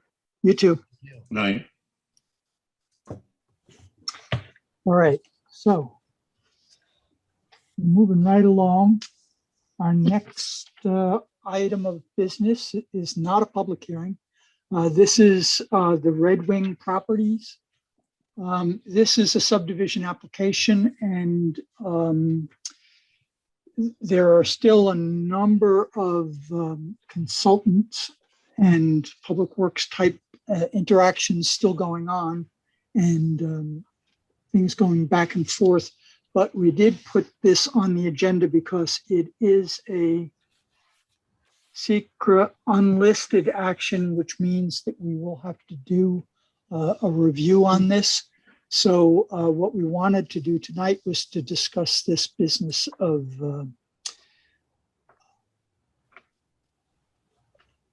circulating for our intent to be the lead agency in this secret determination. Mr. Chairman, I just have one question. Sure. Is this just subdivision or is it subdivision and site plan, since they're putting two building lots on it, two businesses on it? Brian, I see that you're here. I seem to recall this topic, that question came up previously, and I think the answer was that it was just a subdivision, that they were not intending to do any actual building at this time. Is that what they're proposing is a subdivision. That's the first part of it, and the second part was we're showing buildings and parking on the site as a possibility. We don't have any tenants yet, so I guess it would be considered a site plan too. Of the site, we were showing two 6,000 square foot buildings. It's a potential layout. There has been interest in the property with a couple of people as far as what you can put on the property, but as far as anything being signed in the contract, nothing's come across the way yet. So it was trying to prepare and lay out a conceptual plan that would address DOT issues like a common entrance at the high point, which we show once you get into the site, how we access each building site through a common driveway. So yeah, we went ahead and actually prepared some building elevations to get the board an idea of, potentially what could be on site. Mr. Chairman, Yes, we only have a subdivision application on file at this time. right. I think the question really, why the question comes up is because if there was actual plans, that we might start to get into a question of segmentation, and which we want to avoid, right? Or am I misinterpreting your question? Yeah, that Stacy? would be, well, especially since we have the elevations and we have all the stuff shown as if it were a site plan, but we're just calling it a subdivision. So that was my concern was, okay, are we segmenting? Why not just get it all done at one time, one public hearing, one everything, and just be done with it? And then they don't have to come back in 2 months and want a site plan, which would be segmentation. Is that because they're not sure what everyone is going to commit to contractually? Right. I mean, we don't have anybody lined up for anything in the building right now. So it was to show that the concept can work. It's to show that they can work from a separation standpoint, like wells and septics. This is going to be a smaller use area. That's why we're showing 2 pad sites for potential buildings. So it was, the object is to show that this is what could be there, but we don't have anybody locked up into a contract yet. But it was trying to make a movement toward marketing the properties to anybody potentially looking to start or buy the pieces for a commercial component. Mr. Chairman, can I just point out that segmentation would be if the applicant didn't disclose the potential uses in the application rather than necessarily completing a site plan application. So by showing this, there's showing the various activities and stages that might happen as related to this subdivision actually overcomes the suggestion that it would be segmented. Also, I don't view it as segmentation because if you don't have tenants yet, it's speculative as to what the buildings are going to go there. And until something is firm and, more defined than what Brian's proposing right now, it's not really segmentation because it's just speculative as to future. Right. So it might be better for Brian to actually, it's fine if he wants to use those as marketing materials, but they maybe should not be included in this application. What should be here is only the site layout where the lots are going to be and some potential locations for buildings just to show that the turning radii work, septic can be separated, and things that you would want for subdivision concerns. But you don't have to get into the detail, certainly of building elevations, if you're doing only a subdivision. Right. And also, Lisa, maximum square footage of the building, correct? Is part of that?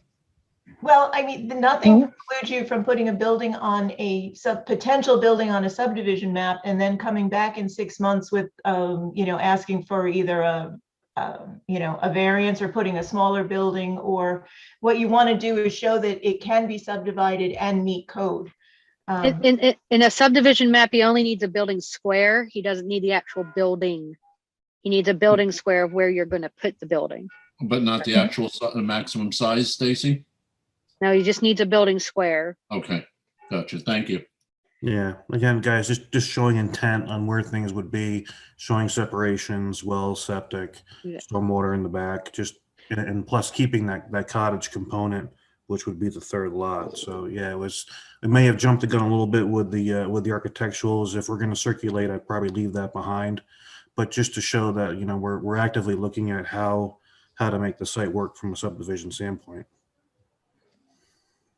Yeah, so my suggestion, if it's just subdivision, that you only do what's in the subdivision code, don't add to the site plan. Don't add the site plan stuff into it. Yeah.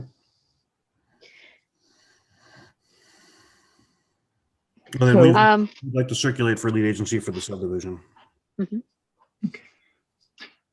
So, the one question that brings up then is we could go ahead and circulate and indicate our intent to be lead agency, but what is the, how close are you to being able to put together sufficient information that would go along with this? Is there not that much now since it's just a subdivision?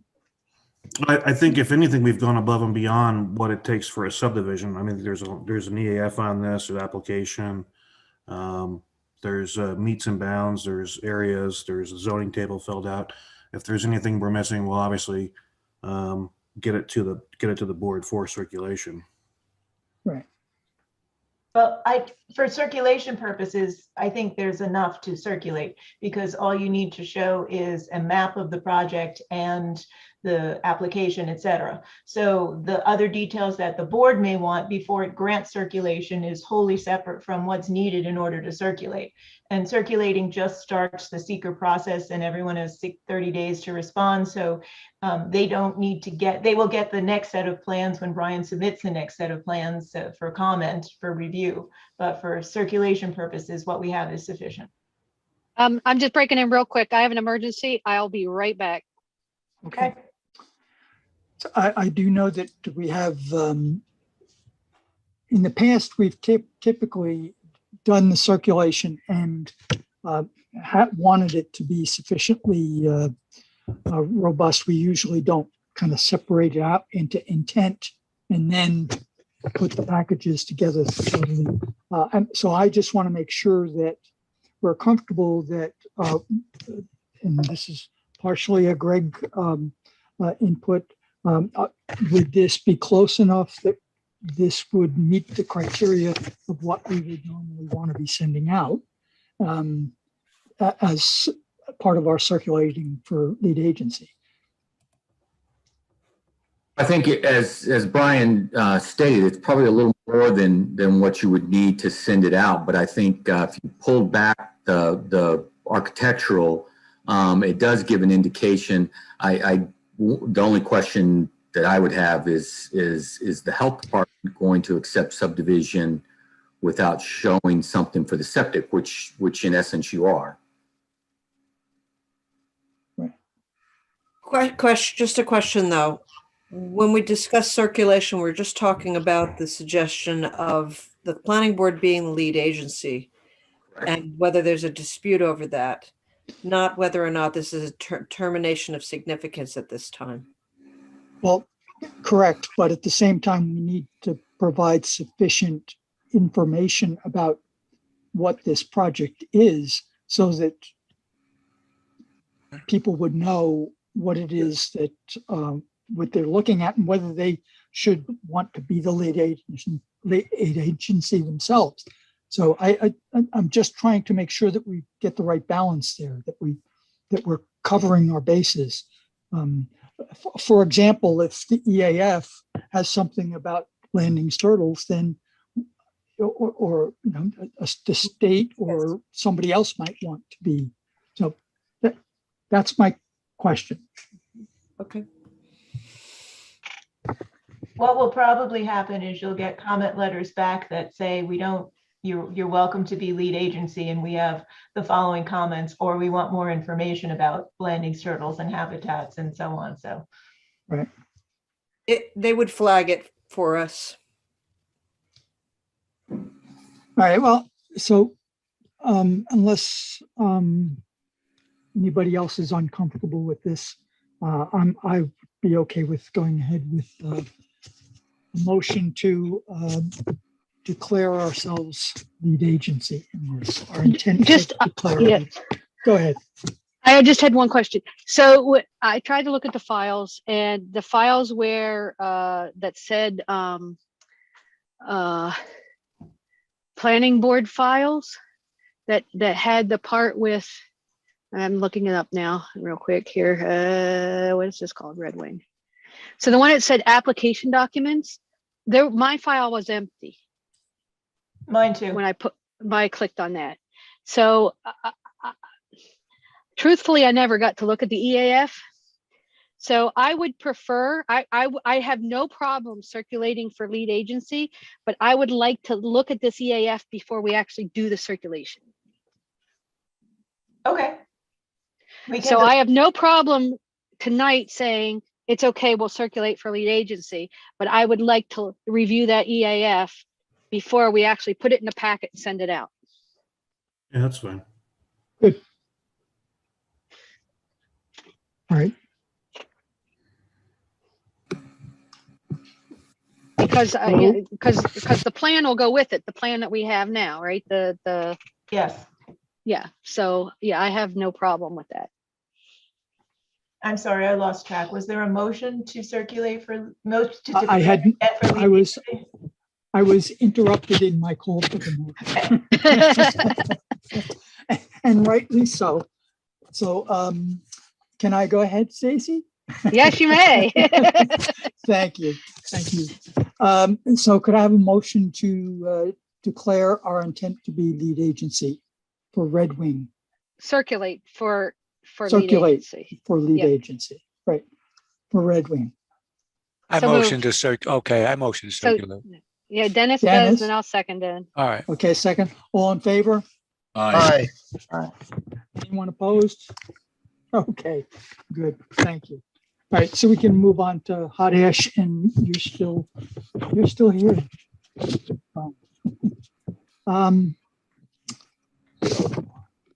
Where are we on this? We're actually in pretty good shape on this, aren't we? Yeah, good shape. I'd like to report that we have health department approval and late yesterday, and we received New York State DOT permit for the entrance. So we circulated that today.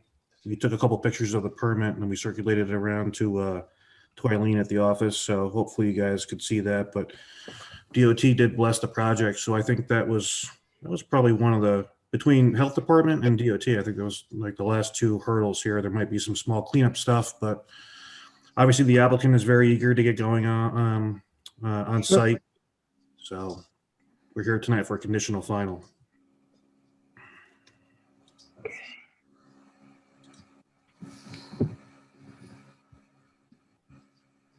Oh, there's no file. Okay, so again, the files, I don't have a file for that one. Is there a sign?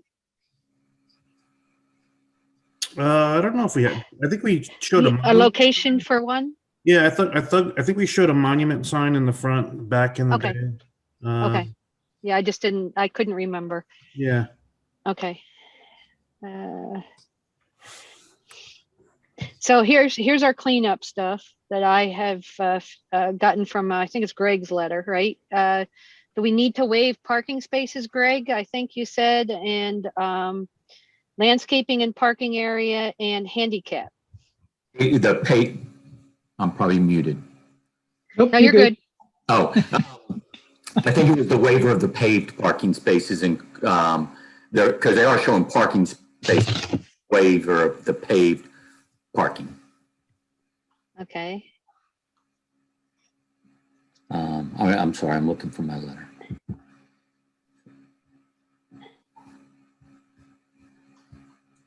I got your letter. Yep. I do Let's too. see. So, That's the wrong one. so they do have the DOT permit. And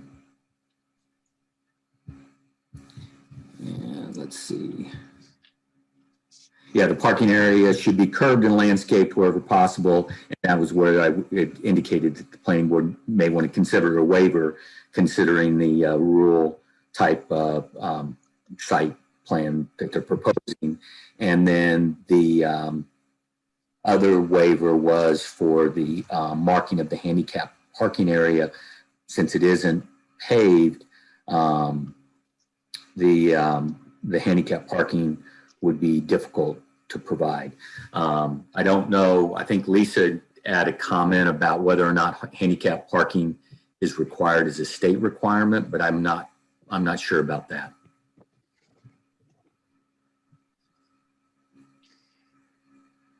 Yeah, I mean, I believe if you have a building that the public is going into, you have a requirement to provide handicap parking, but I have no idea whether there's any requirement for if you don't have a building where people are going in. So what the board could do if they were inclined to grant approval tonight would say something like provision of a handicap parking space if required.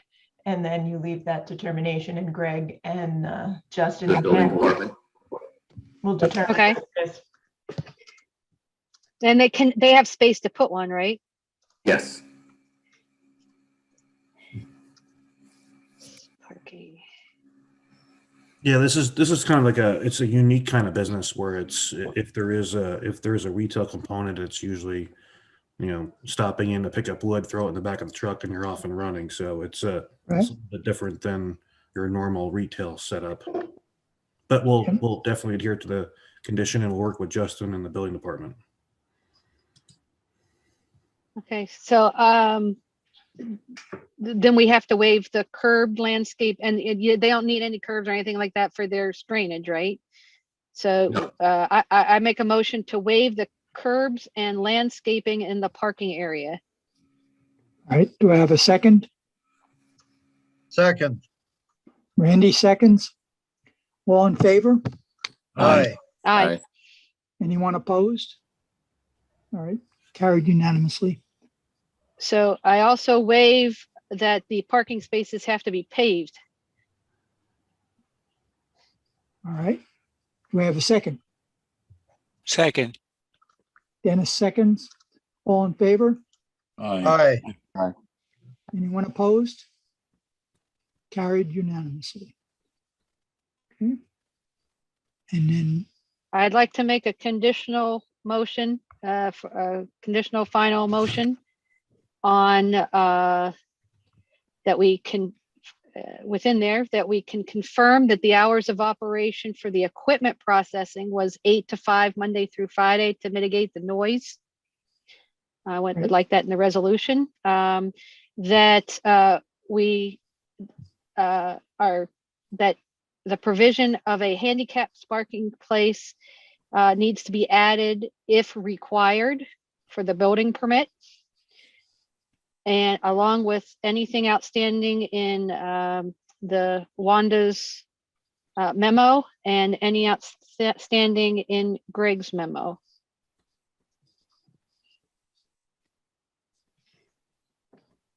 okay, that is a motion. Do I have a second on that? Second. Paul seconds that. Paul? Yep. All in favor? Aye. Aye. Aye. Anyone opposed? All right, that's carried unanimously. Thank you, guys. I appreciate it. You're welcome. It looks like you're under a heat lamp. I know. It's cooking. Yeah. Bacon grease coming out of my forehead here. He's got 2 sites to go. Yeah, right. Yeah. So the next is AGS Commercial. Yeah, AGS Commerce. LLC amended site plan application converting 20,200 square foot office manufacturing building into a warehouse to support an existing gutter supply business. We have, there was where do we stand on that wetland buffer question? Right. So I know everybody kind of jumped on the GIS mapper, and when we first started this application, obviously that's the first thing that we kind of keyed in on. And I think before we even made application to the board, we got Mike Nowicki on board and had him run out to the site just to take a look at that.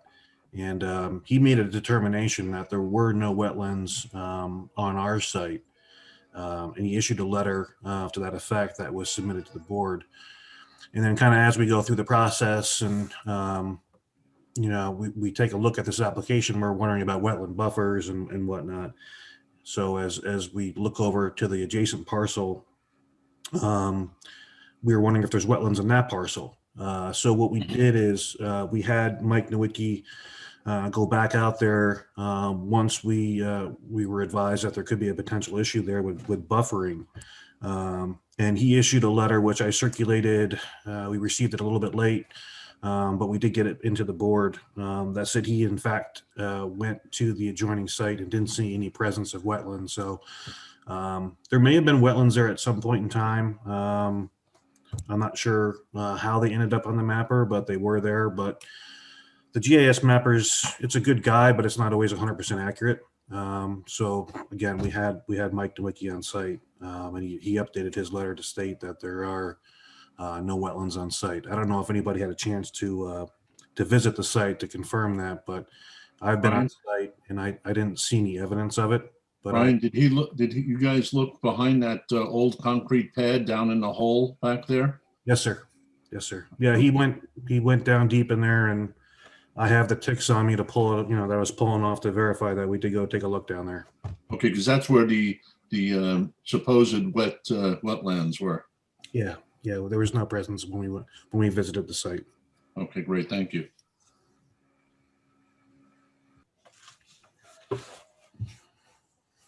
Also, the other outstanding question was whether the wetland to the southwest of the property, I think it was southwest, also remained, because that was not mentioned in Nowicki's 2019 letter. So the letter that he provided to Brian yesterday and Brian got to us today, he revises his analysis to include and we didn't have time to circulate that for you today. We got it this today. But he revised his statement to include the entirety of the former wetland.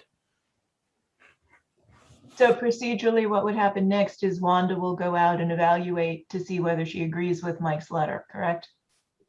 Yes, that's what normally happens. Okay. But do we have to ask her to go do that, Chris? Well, she's been notified and she's handling it. I don't know whether she's been there yet.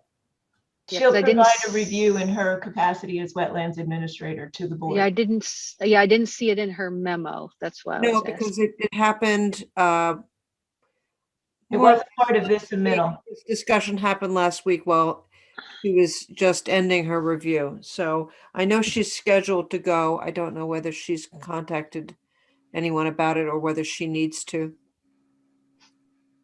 Right. Stacy, the submittals didn't meet the original submission deadline, so she'll have them for us for next submittal. Well, yeah. Well, she had the original letter, but not this one he just got today. Right. Right. So let's just make sure that we close the loop on that one. And Eileen, if you would kindly notify, request that Wanda follow up on that for us to go out and take a look at the potential wetland on this AGS Commerce and verify that the contents of the Nowicki letters are acceptable. Okay, I already have it. Okay. I have it written in my notes. Okay, good. I just wanted to make sure that it was clear. Okay, thanks. I have it. Yep. Okay. There's something else. Oh, what about the hazardous materials? There was a question about that. What was the question? Okay, so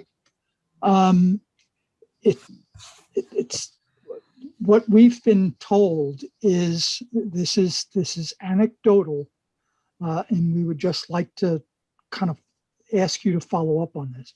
Anecdotally, we have heard that a previous prospective buyer of this property had examined the contents of that warehouse and felt that there was some potentially hazardous materials in there. It may have all been cleared out now, but it would certainly go to the whole question of this environmental impact, and we would like that checked into. Certainly, we'll look into that. Thank you. Did you have anything else? Oh, I think there was a question about parking spaces. We need 50 and it has 14. Right. So this site is largely being used for storage of products for Atlantic Gutter. They have an existing facility up the block which they work out of, and storage is becoming an issue. So again, 90% of this site will be utilized for storage of product. A very small retail component, because this is a commercial business. They do commercial gutter installation. So as far as a retail component being introduced here, it's very small, picking up small supplies or whatnot. So again, we're asking for a waiver of that parking requirement just because it's largely used for storage. There'll be a couple employees there, but largely just forklift operation, material storage, and deliveries.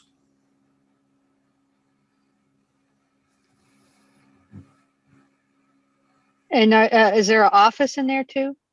There'll be a small office in there, correct. There'll be a bathroom, a couple of there'll be an office in there.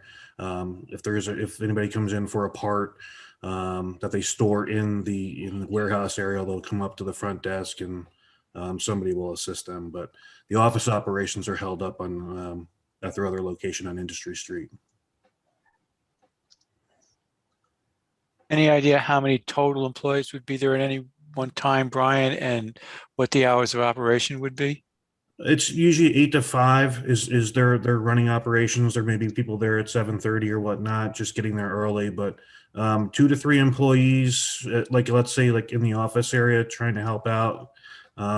Maybe even the same in the warehouse area. Again, this is mainly for deliveries and staging supplies. So what happens is they come from their Industry Street location, they come down, they pick up material, and then they go off to the job site. So it's just largely like it's almost like a staging area for their operation.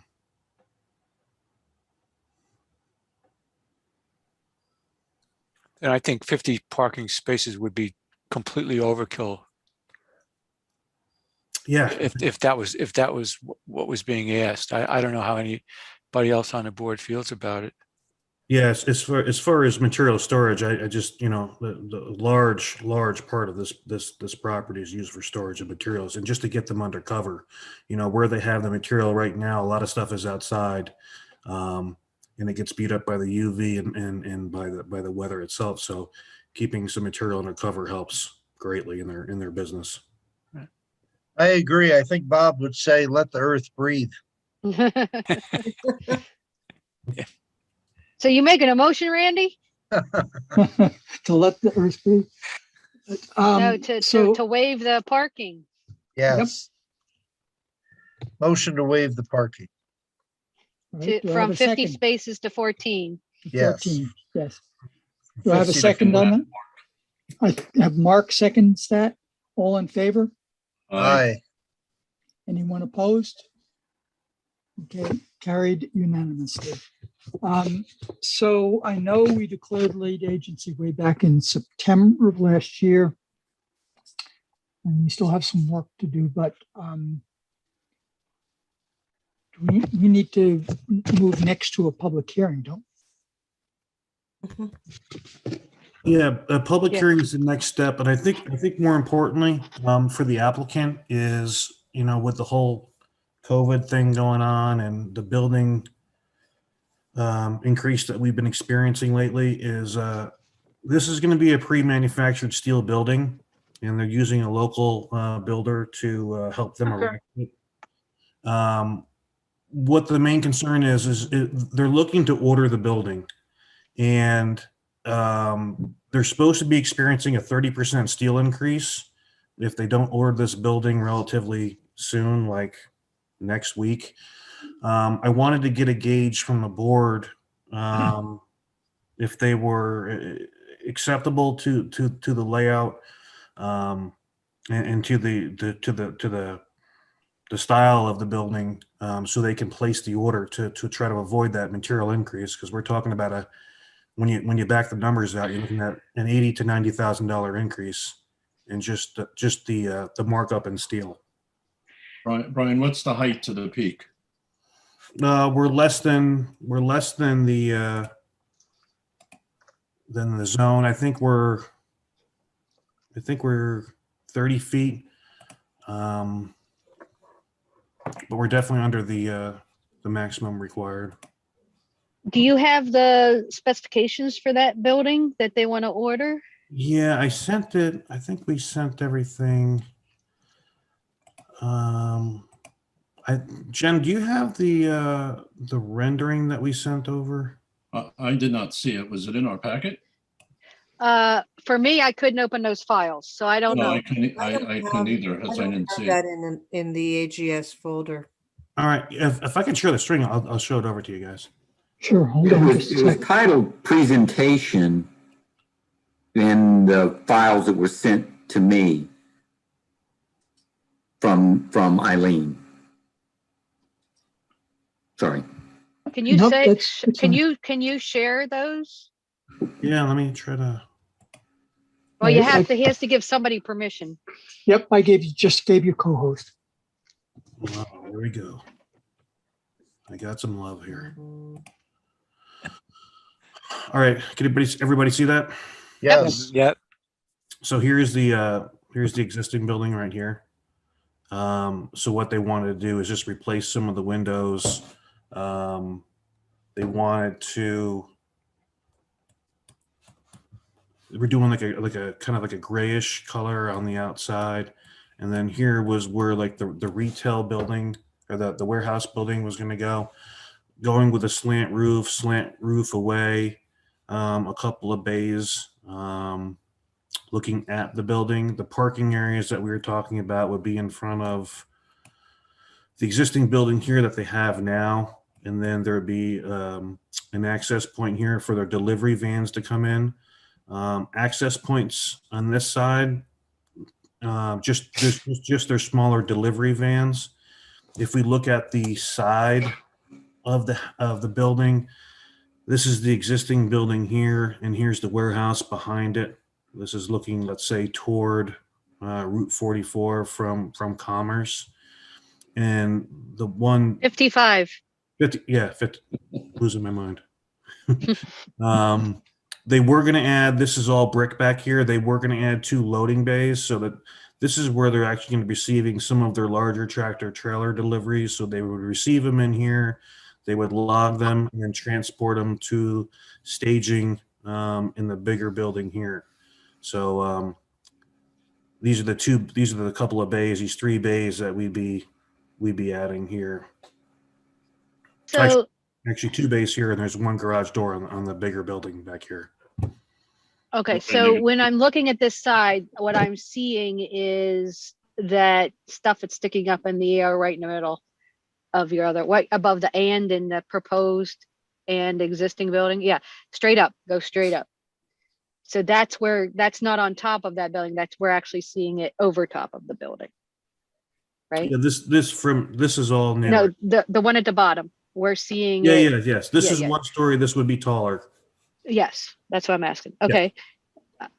Now, when do you have the plan, the actual plan view? I think I do. Let me try to find that. I have it if you need it, but I never saw these.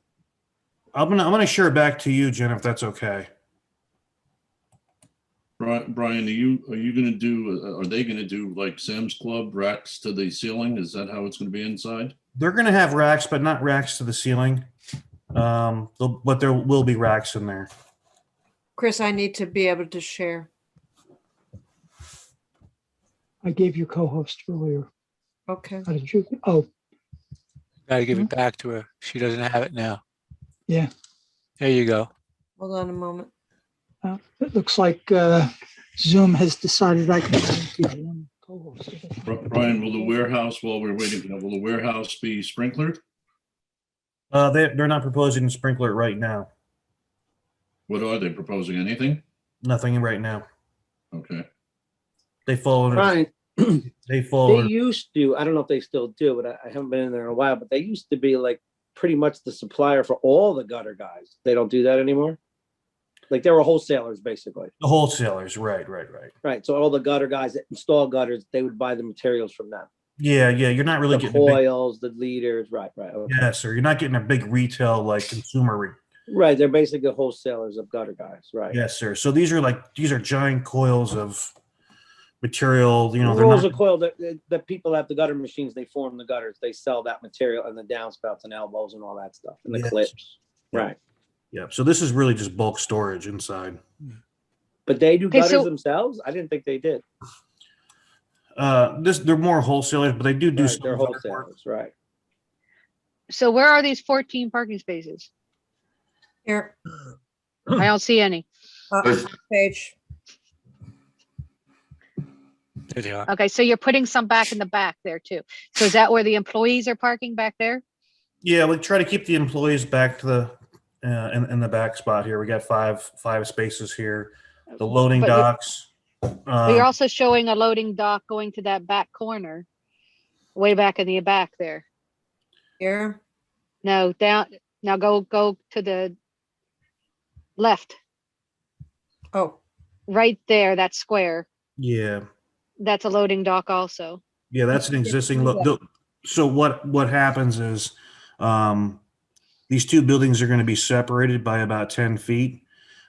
So the existing building there'll be an avenue between the two buildings, and there'll be a garage door on the backside of the one-story building there. So what they'll do is they'll load, let's say from Commerce Street, they'll come in through the building, they'll categorize, they'll tag, and then they'll move material from the existing building to the proposed prefab metal building. Brian, are you saying that there's a space here? Yes, ma'am. Where's that indicated? It should be maybe the hatching kind of overlaid, but there's a 10-foot space between the two.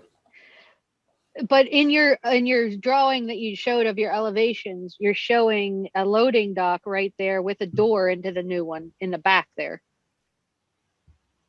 Yes. So what happened? I think the hatching just came over.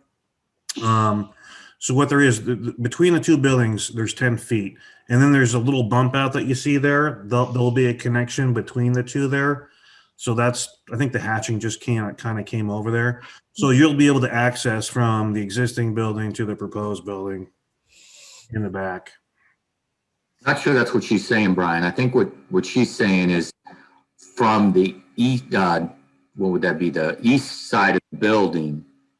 It appears from the architectural plan that you would be able to back down the Back side of the north side of the existing building Yeah. to the new building, but there's no paved area or anything shown on your site plan. Yeah. So Parking shown there in that place. yeah, the renderings look deceptive, but there's actually like an 8-foot increase. There's like a 6-foot increase in that area where you're pointing your mouse right there. So the deliveries will come in just, if you go down a little bit with your mouse, they're going to be coming in that area right there. So there's a loading dock right there. So we're going to be taking about 3 foot of material out right there so that the tractor trailers can back into that back portion of the building. So what they'll do is they'll unload there. They'll come through the building, existing building, and then come out.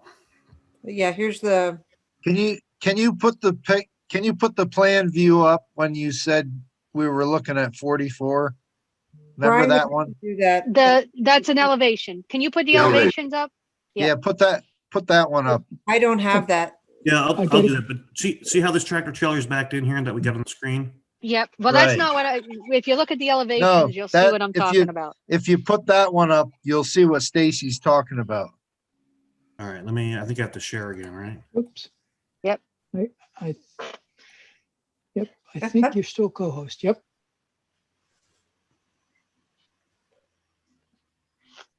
Yeah, see this rear building? Yeah. Yeah, what she's saying is the back of the parking stall looks like it touches the Yeah. corner of the existing building. So how do you get someone into the first door on the right? Into this one here? Yeah, Yeah. So they come through the building first. This is the Oh, okay.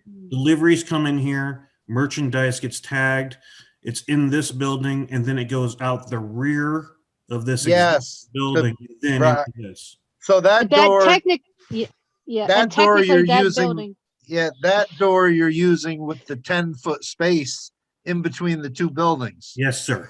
But when you And look from the loop bus side, it looks like the buildings are all connected. Yeah, yeah, right. but technically that also, when you're looking at the plan view, your new building comes to the end of the old building, and in this view, your building is coming a door past it. Yeah, I don't know if we have the latest site plan up there, but I thought Yeah, they look like the hatching looks like it's actually continuous on the same. So Brian has to stop sharing and Jennifer has to share. Yeah, I mean, the intention was to go back. I thought we had modified that, but the intention is to have So that. you see this, I don't know what this is back here, Brian. That's but his infiltrators. Only goes the same, it's flush with the back of the other building. Yeah, what's the revision date on this drawing you're looking at here? I'm showing. I have a different set of drawings. Yeah, I don't think we're looking at the latest and greatest. Okay, well, There's the answer. There's our answer, Andy. There, Stacy. There's your answer. I do have a different set of drawings. The set of drawings I have do not shows. I assume I got them from Eileen. I would have to go back and look, but I do have a different set of drawings. I don't have anything. I reviewed. The ones I have say one January 14th. Wait. I have March. January, March. Do I hear April? No, I have February. Oh, do I hear March then? Are they? Yeah. Well, the intention is to have a door back there. Okay. The intention is for them to be offset. Okay. Okay. Brian? So let's see what else. Brian, And that all started because Mark wanted to know how tall the building was. So did it say how tall the building was? There's too much. We're losing our minds. Brian, any storage of flammable material in either of these buildings? No flammable petroleum, nothing of that nature in the buildings. Okay, no paints or acetylene or anything like that? No, sir. Okay, thank you.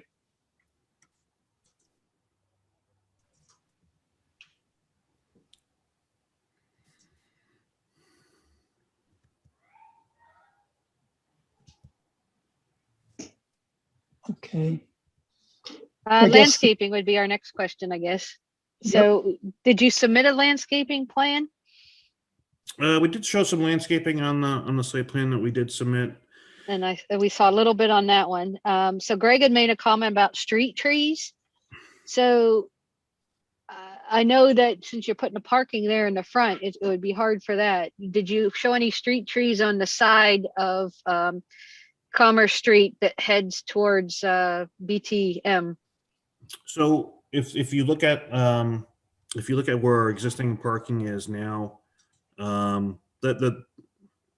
there's a large area of impervious in front of the existing building. If you look at the site now across from Industry Street, it's all hardened gravel. There's a bunch of trailers there. It was the access point for the previous operation. If you're going down Commerce toward BTM, there is some grassed area in that location. Our septic system is located in that area. The applicant at some point in time would like to hook up to central sewer out there, but I don't think we're at a point now. I'll have to double check with Wanda, but I don't know if there's access to that system right now. But I do know our septic system is in that area, so we will provide street trees. I just don't know where I can show them yet because as of right now, nobody knows where the septic system is. We did a FOIL request with the health department, and they didn't have any record of a system on site. So we're gonna have to do some exploratory work to see where that system is. But we'll Eh, certainly add some yeah. trees. And also you have trees out there existing right now. Are they, I didn't see if they were marked on the plan. Are those existing trees marked on the plan? Yeah, there's some trees on the plan that we showed. There's some existing pine trees in the front of the building. We're going to be keeping some. We're going to be removing some and replanting in the front of the building that we're proposing. So I believe we're also proposing some landscaping in front of the existing building where that entrance area is prior to the parking lot being resurfaced. And then Greg also made a comment about changing the orientation of the parking locations, possibly angled instead of straight on. Absolutely, we could do that. Yeah, I don't know. I haven't seen. You want to say anything to that, Greg? Well, I remember my comment. I'm sitting here and don't have enough screens open. But That's why I have many screens. The concern that I had and would appreciate that is that I think the parking, if not at an angle, you potentially back out into the street. And that's good for Brandles. They're right across the street. That'll help them a lot. So that was the concern. I think if you had the angled parking, then you would be able to back out and then pull out straight as opposed to backing out on to Commerce Street. So that go for both lots or just the one? The one lot, the vehicles are oriented perpendicular to the street or parallel. The vehicles are oriented parallel to the street. So they would back out and pull out onto the street. You're okay with those? It was just the ones in the front. It was the ones in the front. And Greg, we don't lose any space on an angled parking spot. I think in their situation, I think they could do it without losing any spaces. Okay, thank you. Would you agree, Brian? Yes, sir. Okay, and then your comments 14 and 15 that you should meet with the highway superintendent on those two.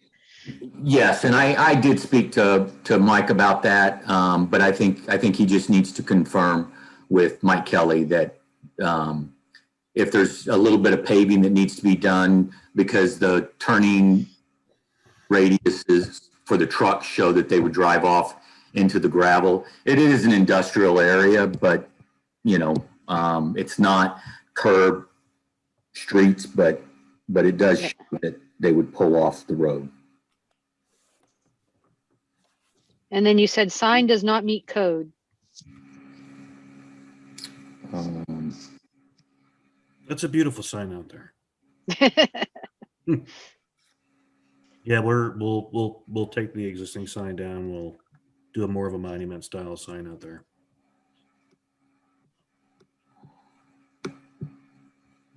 Yeah, I'm trying to find that comment.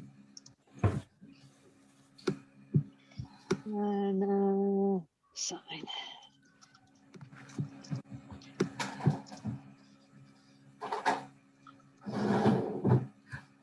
So, you add that detail, the sign detail you should add to your stuff too. Go ahead, Greg.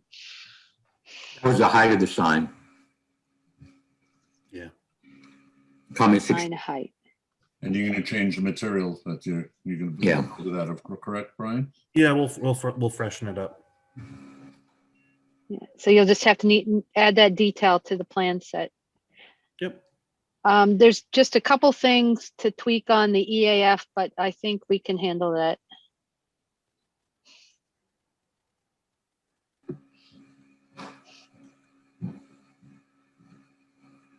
Could you be more specific, Stacy?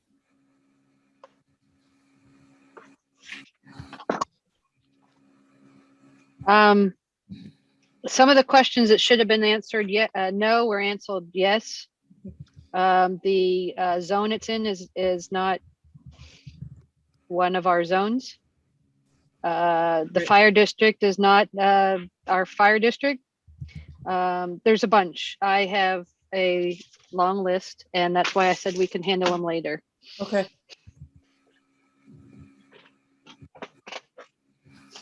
Also, Brian asked the question as to whether the board is comfortable with this design, and I don't know whether he got an answer for the ordering of the prefabricated building.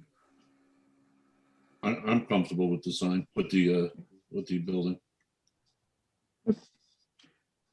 I think so. At Anybody? your own risk. Yeah. Yeah, you'd be. And it- Yeah, it's. I mean, it's gonna. I think it's. If you guys, you guys know the site. I mean, if you see what's there right now, it would really clean it up. And again, any local business that's expanding is they're doing something right out there. So I think this would be a value to the area. The setbacks on that side, on the new side building, they all match, or did you get the variance for that? They got a variance, yes. We meet Okay. the setbacks. We got an overall variance for coverage. Okay. We were 5% plus, so we did receive that variance. And you got the setbacks are okay for that side. Yes, ma'am. Okay. I'm fine. Okay. So Did they is put in any overhangs on that building? There's none proposed right now. How about gutters? No, Yeah. just kidding. Well, if you don't have overhangs, you're not gonna have gutters. Well, just we're talking, your standard issue, but nothing of substantial overhang, but just your normal gutters. Gutters will be piped into an infiltration system, which we'll work with Greg to go through position and design. Obviously, the object is to get the water in the ground to recharge the groundwater, so we don't disturb our neighbors. So, yeah, you can say it'll be small gutters, but it's standard issue, no major overhangs. Stacy, you were the leader on that question. Ha ha ha. I'm getting a little punchy. Yeah, I can tell. okay. Long day today. Yeah. I mean, I'm comfortable with it, but he's taking a big risk, right? I mean, we're not reviewing those plans for code or anything. I mean, I'm sure that building's coming from another state, right? It's a steel building, right? It's not a wood frame. It's a steel. Yeah, building. it's coming. We've reviewed it internally. Okay. So it does meet snow loading when loading, seismic, and we've also gone through some preliminary footing calculations. So from your standpoint, we're okay. Well, from that standpoint, because that's a good point, Al. Should as of what the building looks like, we're okay with. We can't tell you the building is okay because we're not the building inspector. We don't do the building code. We only do the site plan. So we can't say that building is okay to order. We're only saying that what it looks like and the size the footprint it's going to have is fine with us. And that's so that's I think you really need to talk to Ken to make sure that, all we can tell you though is those two things. We can't say it's okay to order the building and put it up. We can't do that part. We're just telling you that was all I was asking. Is size and shape, and everything else we work out with Ken's office. We've already reviewed the building loading and all that. It was just size and shape because now we can go ahead and we can talk about steel. Also, the applicant has a long lead time and doesn't expect to need to be putting this up until probably well after the site plan is approved. Yeah. So it's basically we're saying the footprint and the elevations look okay. Yes, ma'am. Now, do you guys look at, I don't know the answer to this. It's a pretty big, a big building, and if it's not gonna have gutters going under the ground, so basically that's gonna be water runoff on the top, or are you gonna put gutters on the low side? Gutters on the low side. It all sheet flows. Okay, so that works. And then what about, like, I don't know what you're doing, but usually in these steel buildings, they put a lot of metal liner on the inside, so because they don't really have wood framing anywhere, right? Yep. Is he gonna just do that after the fact? Yeah, I guess he could. It doesn't matter, right? Yes, sir. Again, that's a building department question because we only deal with with the site itself. I'll make a motion that we let him go ahead and order. At least he can put a deposit on it so he doesn't have to pay an extra. That's a lot of money to pay, and his steel is really rising.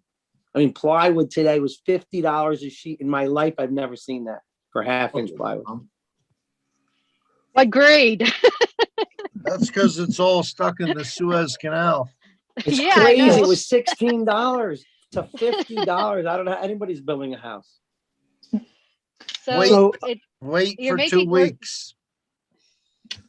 yeah, so Al's Don't do it. making the motion to accept the footprint and elevation rendering, okay, to purchase the building at his own risk. Yes. Well, let me ask, Lisa, that's legal, right?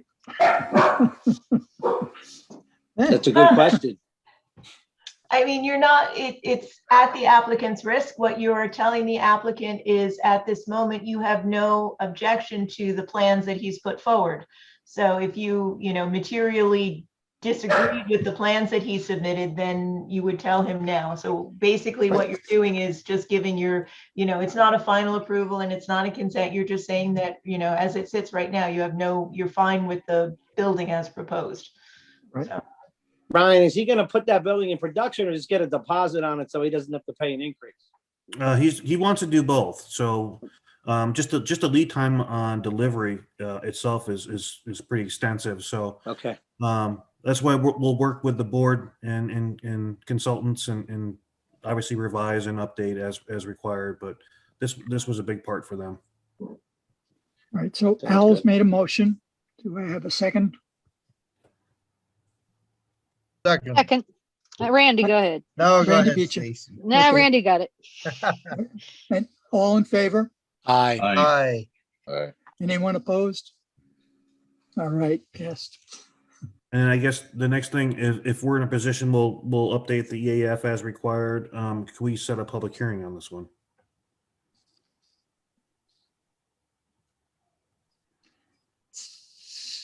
And refer Sounds to like we the have Jefferson some, County.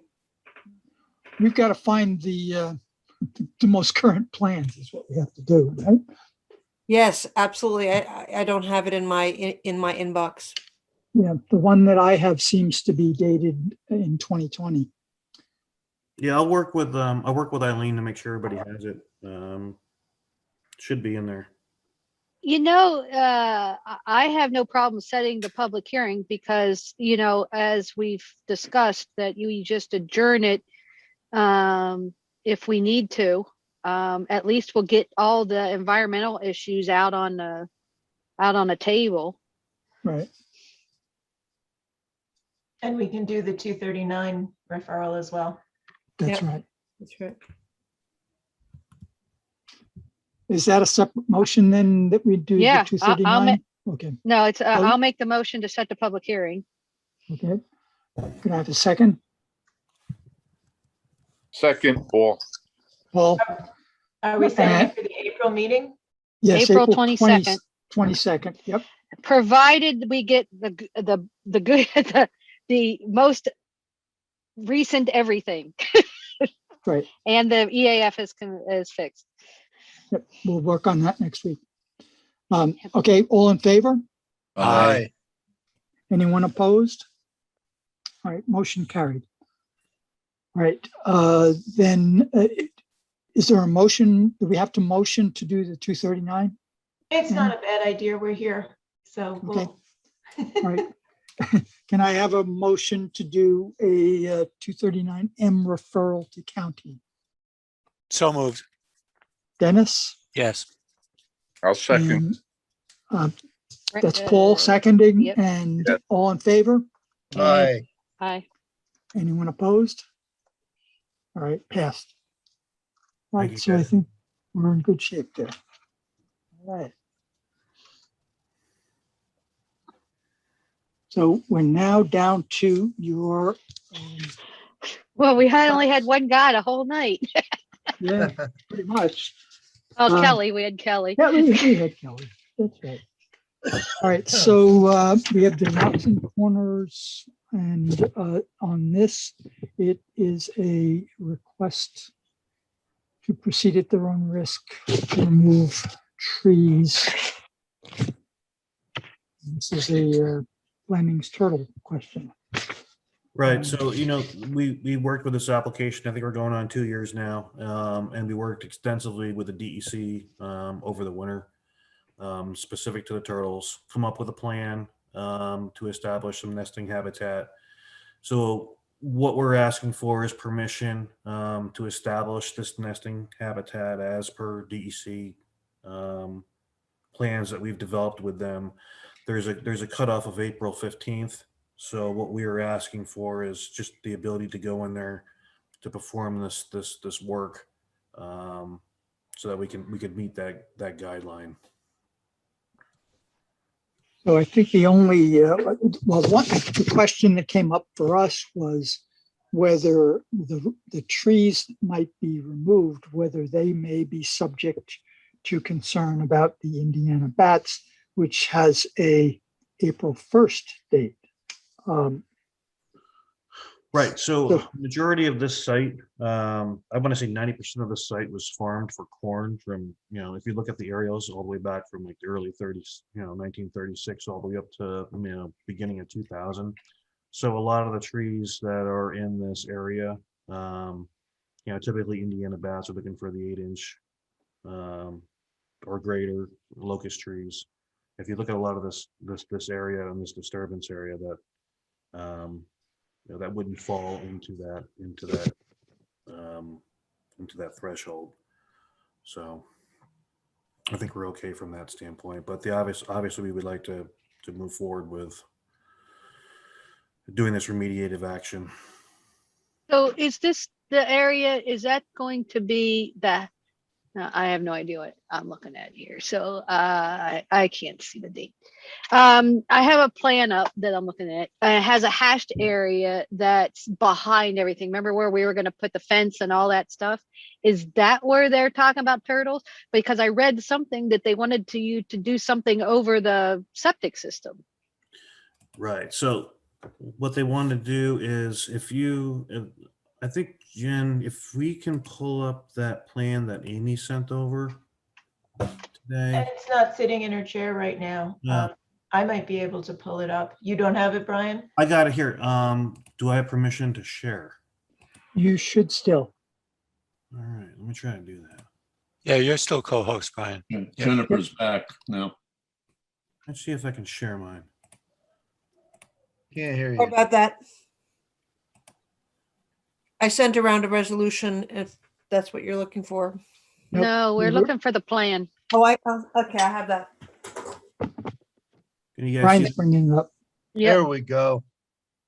So this is the area. This is the septic area is going to be a restoration area. There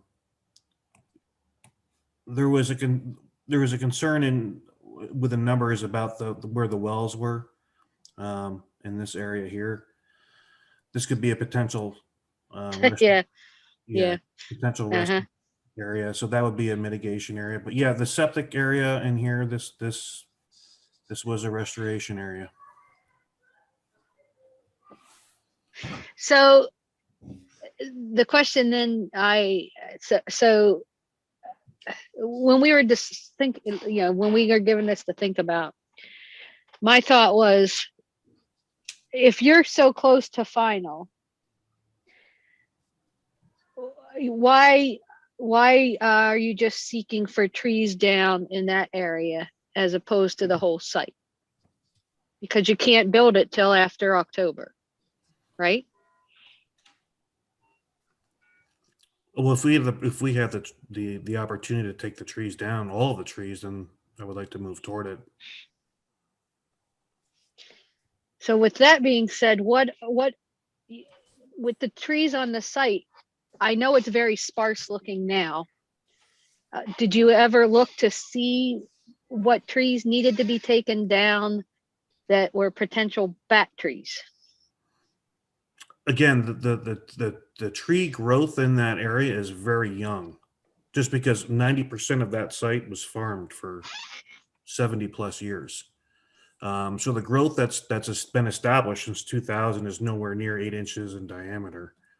So Brian, but just to put it a different way, it's fair to say that there's no requirement to take down trees in that area to avoid the bat time frame. Right. You could take Okay. these down at any time because they're not bat trees. Yeah, they're not bat trees, right? So all the bat trees are over where the septic is.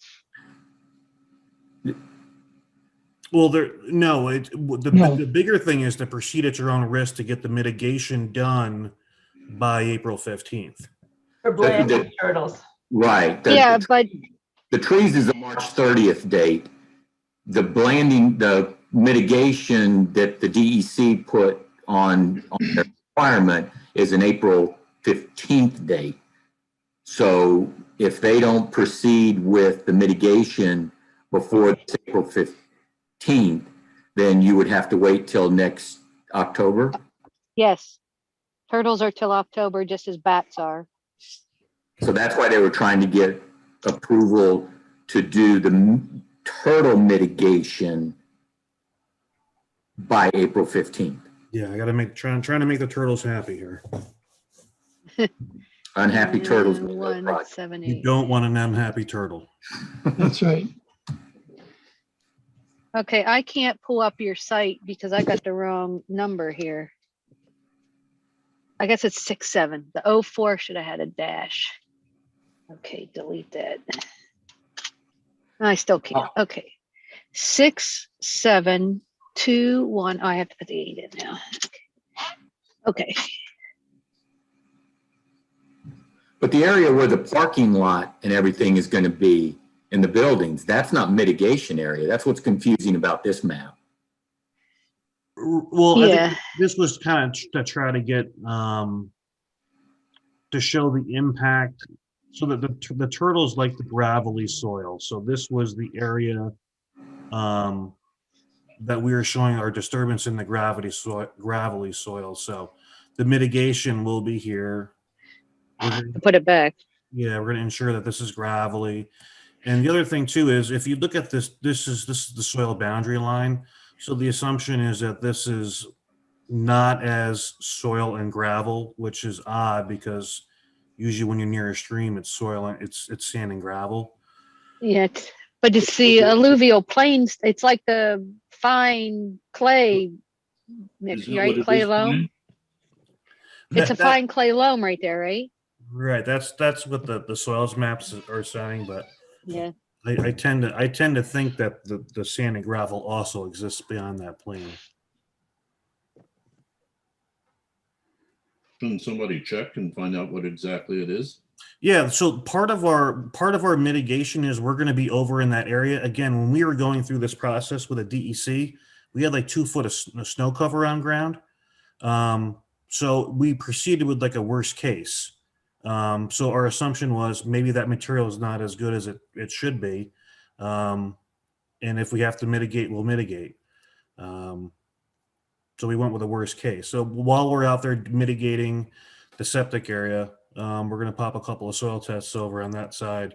Again, these lines, these soil mapping lines go back to the 30s. So the level of accuracy is they're not set in stone. So.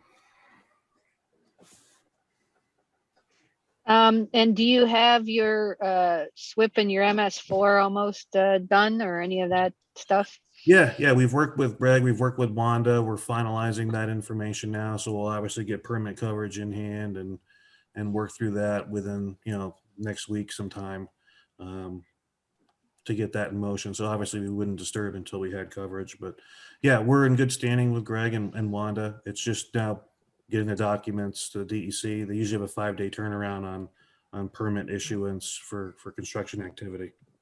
And where's your wetlands boundary? We're down in this area here. This is okay. And where's your buffer line? This is the 200-foot buffer from okay from the center of stream right here. Okay. And you wouldn't be in that section at all. You're just up above it, right? Yeah, whatever the DEC mandated us to have turtle mitigation is where we'll be. Well, I'm just making sure, because otherwise you're really supposed to have a wetlands buffer from Wanda before you do any work. So as long as you're staying out of the wetlands buffer where it looks like you are. Yeah, I remember only those 4 or 5 parking spots. we're in it a little bit. Yep. And Brian, how high is that wall in the back? Whereabouts in here? Yes. That's just that's just curbing that we're gonna have here, bump stops.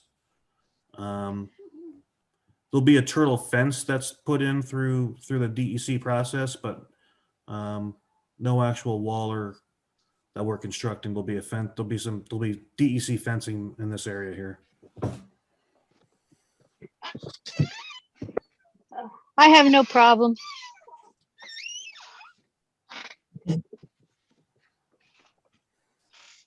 I agree with that as well. I don't have any problem with it. Any counter opinions from the planning board, or is everybody okay with this? I third agree. I have no issue. Good. All right, so let's have a motion then to, I don't know, we don't have to read this whole thing, do we? I mean, not into the minutes. No, not at all. Okay. So You're gonna read the conditions at the bottom. Just read the title so we can make that the motion. Yes, the draft resolution for Knox and Corners proceed at own risk to remove trees in the identified zone. Let's see. We have whereas. I don't see the conditions here. Hang on. At the bottom, You might have an earlier version. Yeah, that's what I'm looking at is I have an earlier version. I would be glad to read it or share it if you want. All right, why don't you Just read it. Read Okay. it. I did send this around mid-afternoon after adding those. Right. Now, therefore, be it resolved, the planning board hereby agrees to allow the applicant to proceed at its own risk in accordance with the New York State DEC protocol and plans submitted by the applicant as noted above. And there was a whole series of, steps, which is why I included them in the resolution. And this is conditioned upon compliance with deadlines for endangered wildlife and the following. One, applicant will be allowed to complete revisions to the SWIP to satisfy comments by the planning board consulting engineer, Clark Patterson Lee, and Town of LaGrange Public Works Administrator Wanda Lavigny, so that they can obtain MS4 acceptance and subsequently proceed quickly to obtain Speedy's permit coverage. Number two, submit to Wanda Lavigny's office a highlighted plan, the New York State DEC Plan Sheet 11, that shows an entrance access point to the site to limit the site clearing only to the Blandings turtle habitat area, and that access road to be marked out, flagged by the applicant's engineer prior to starting work.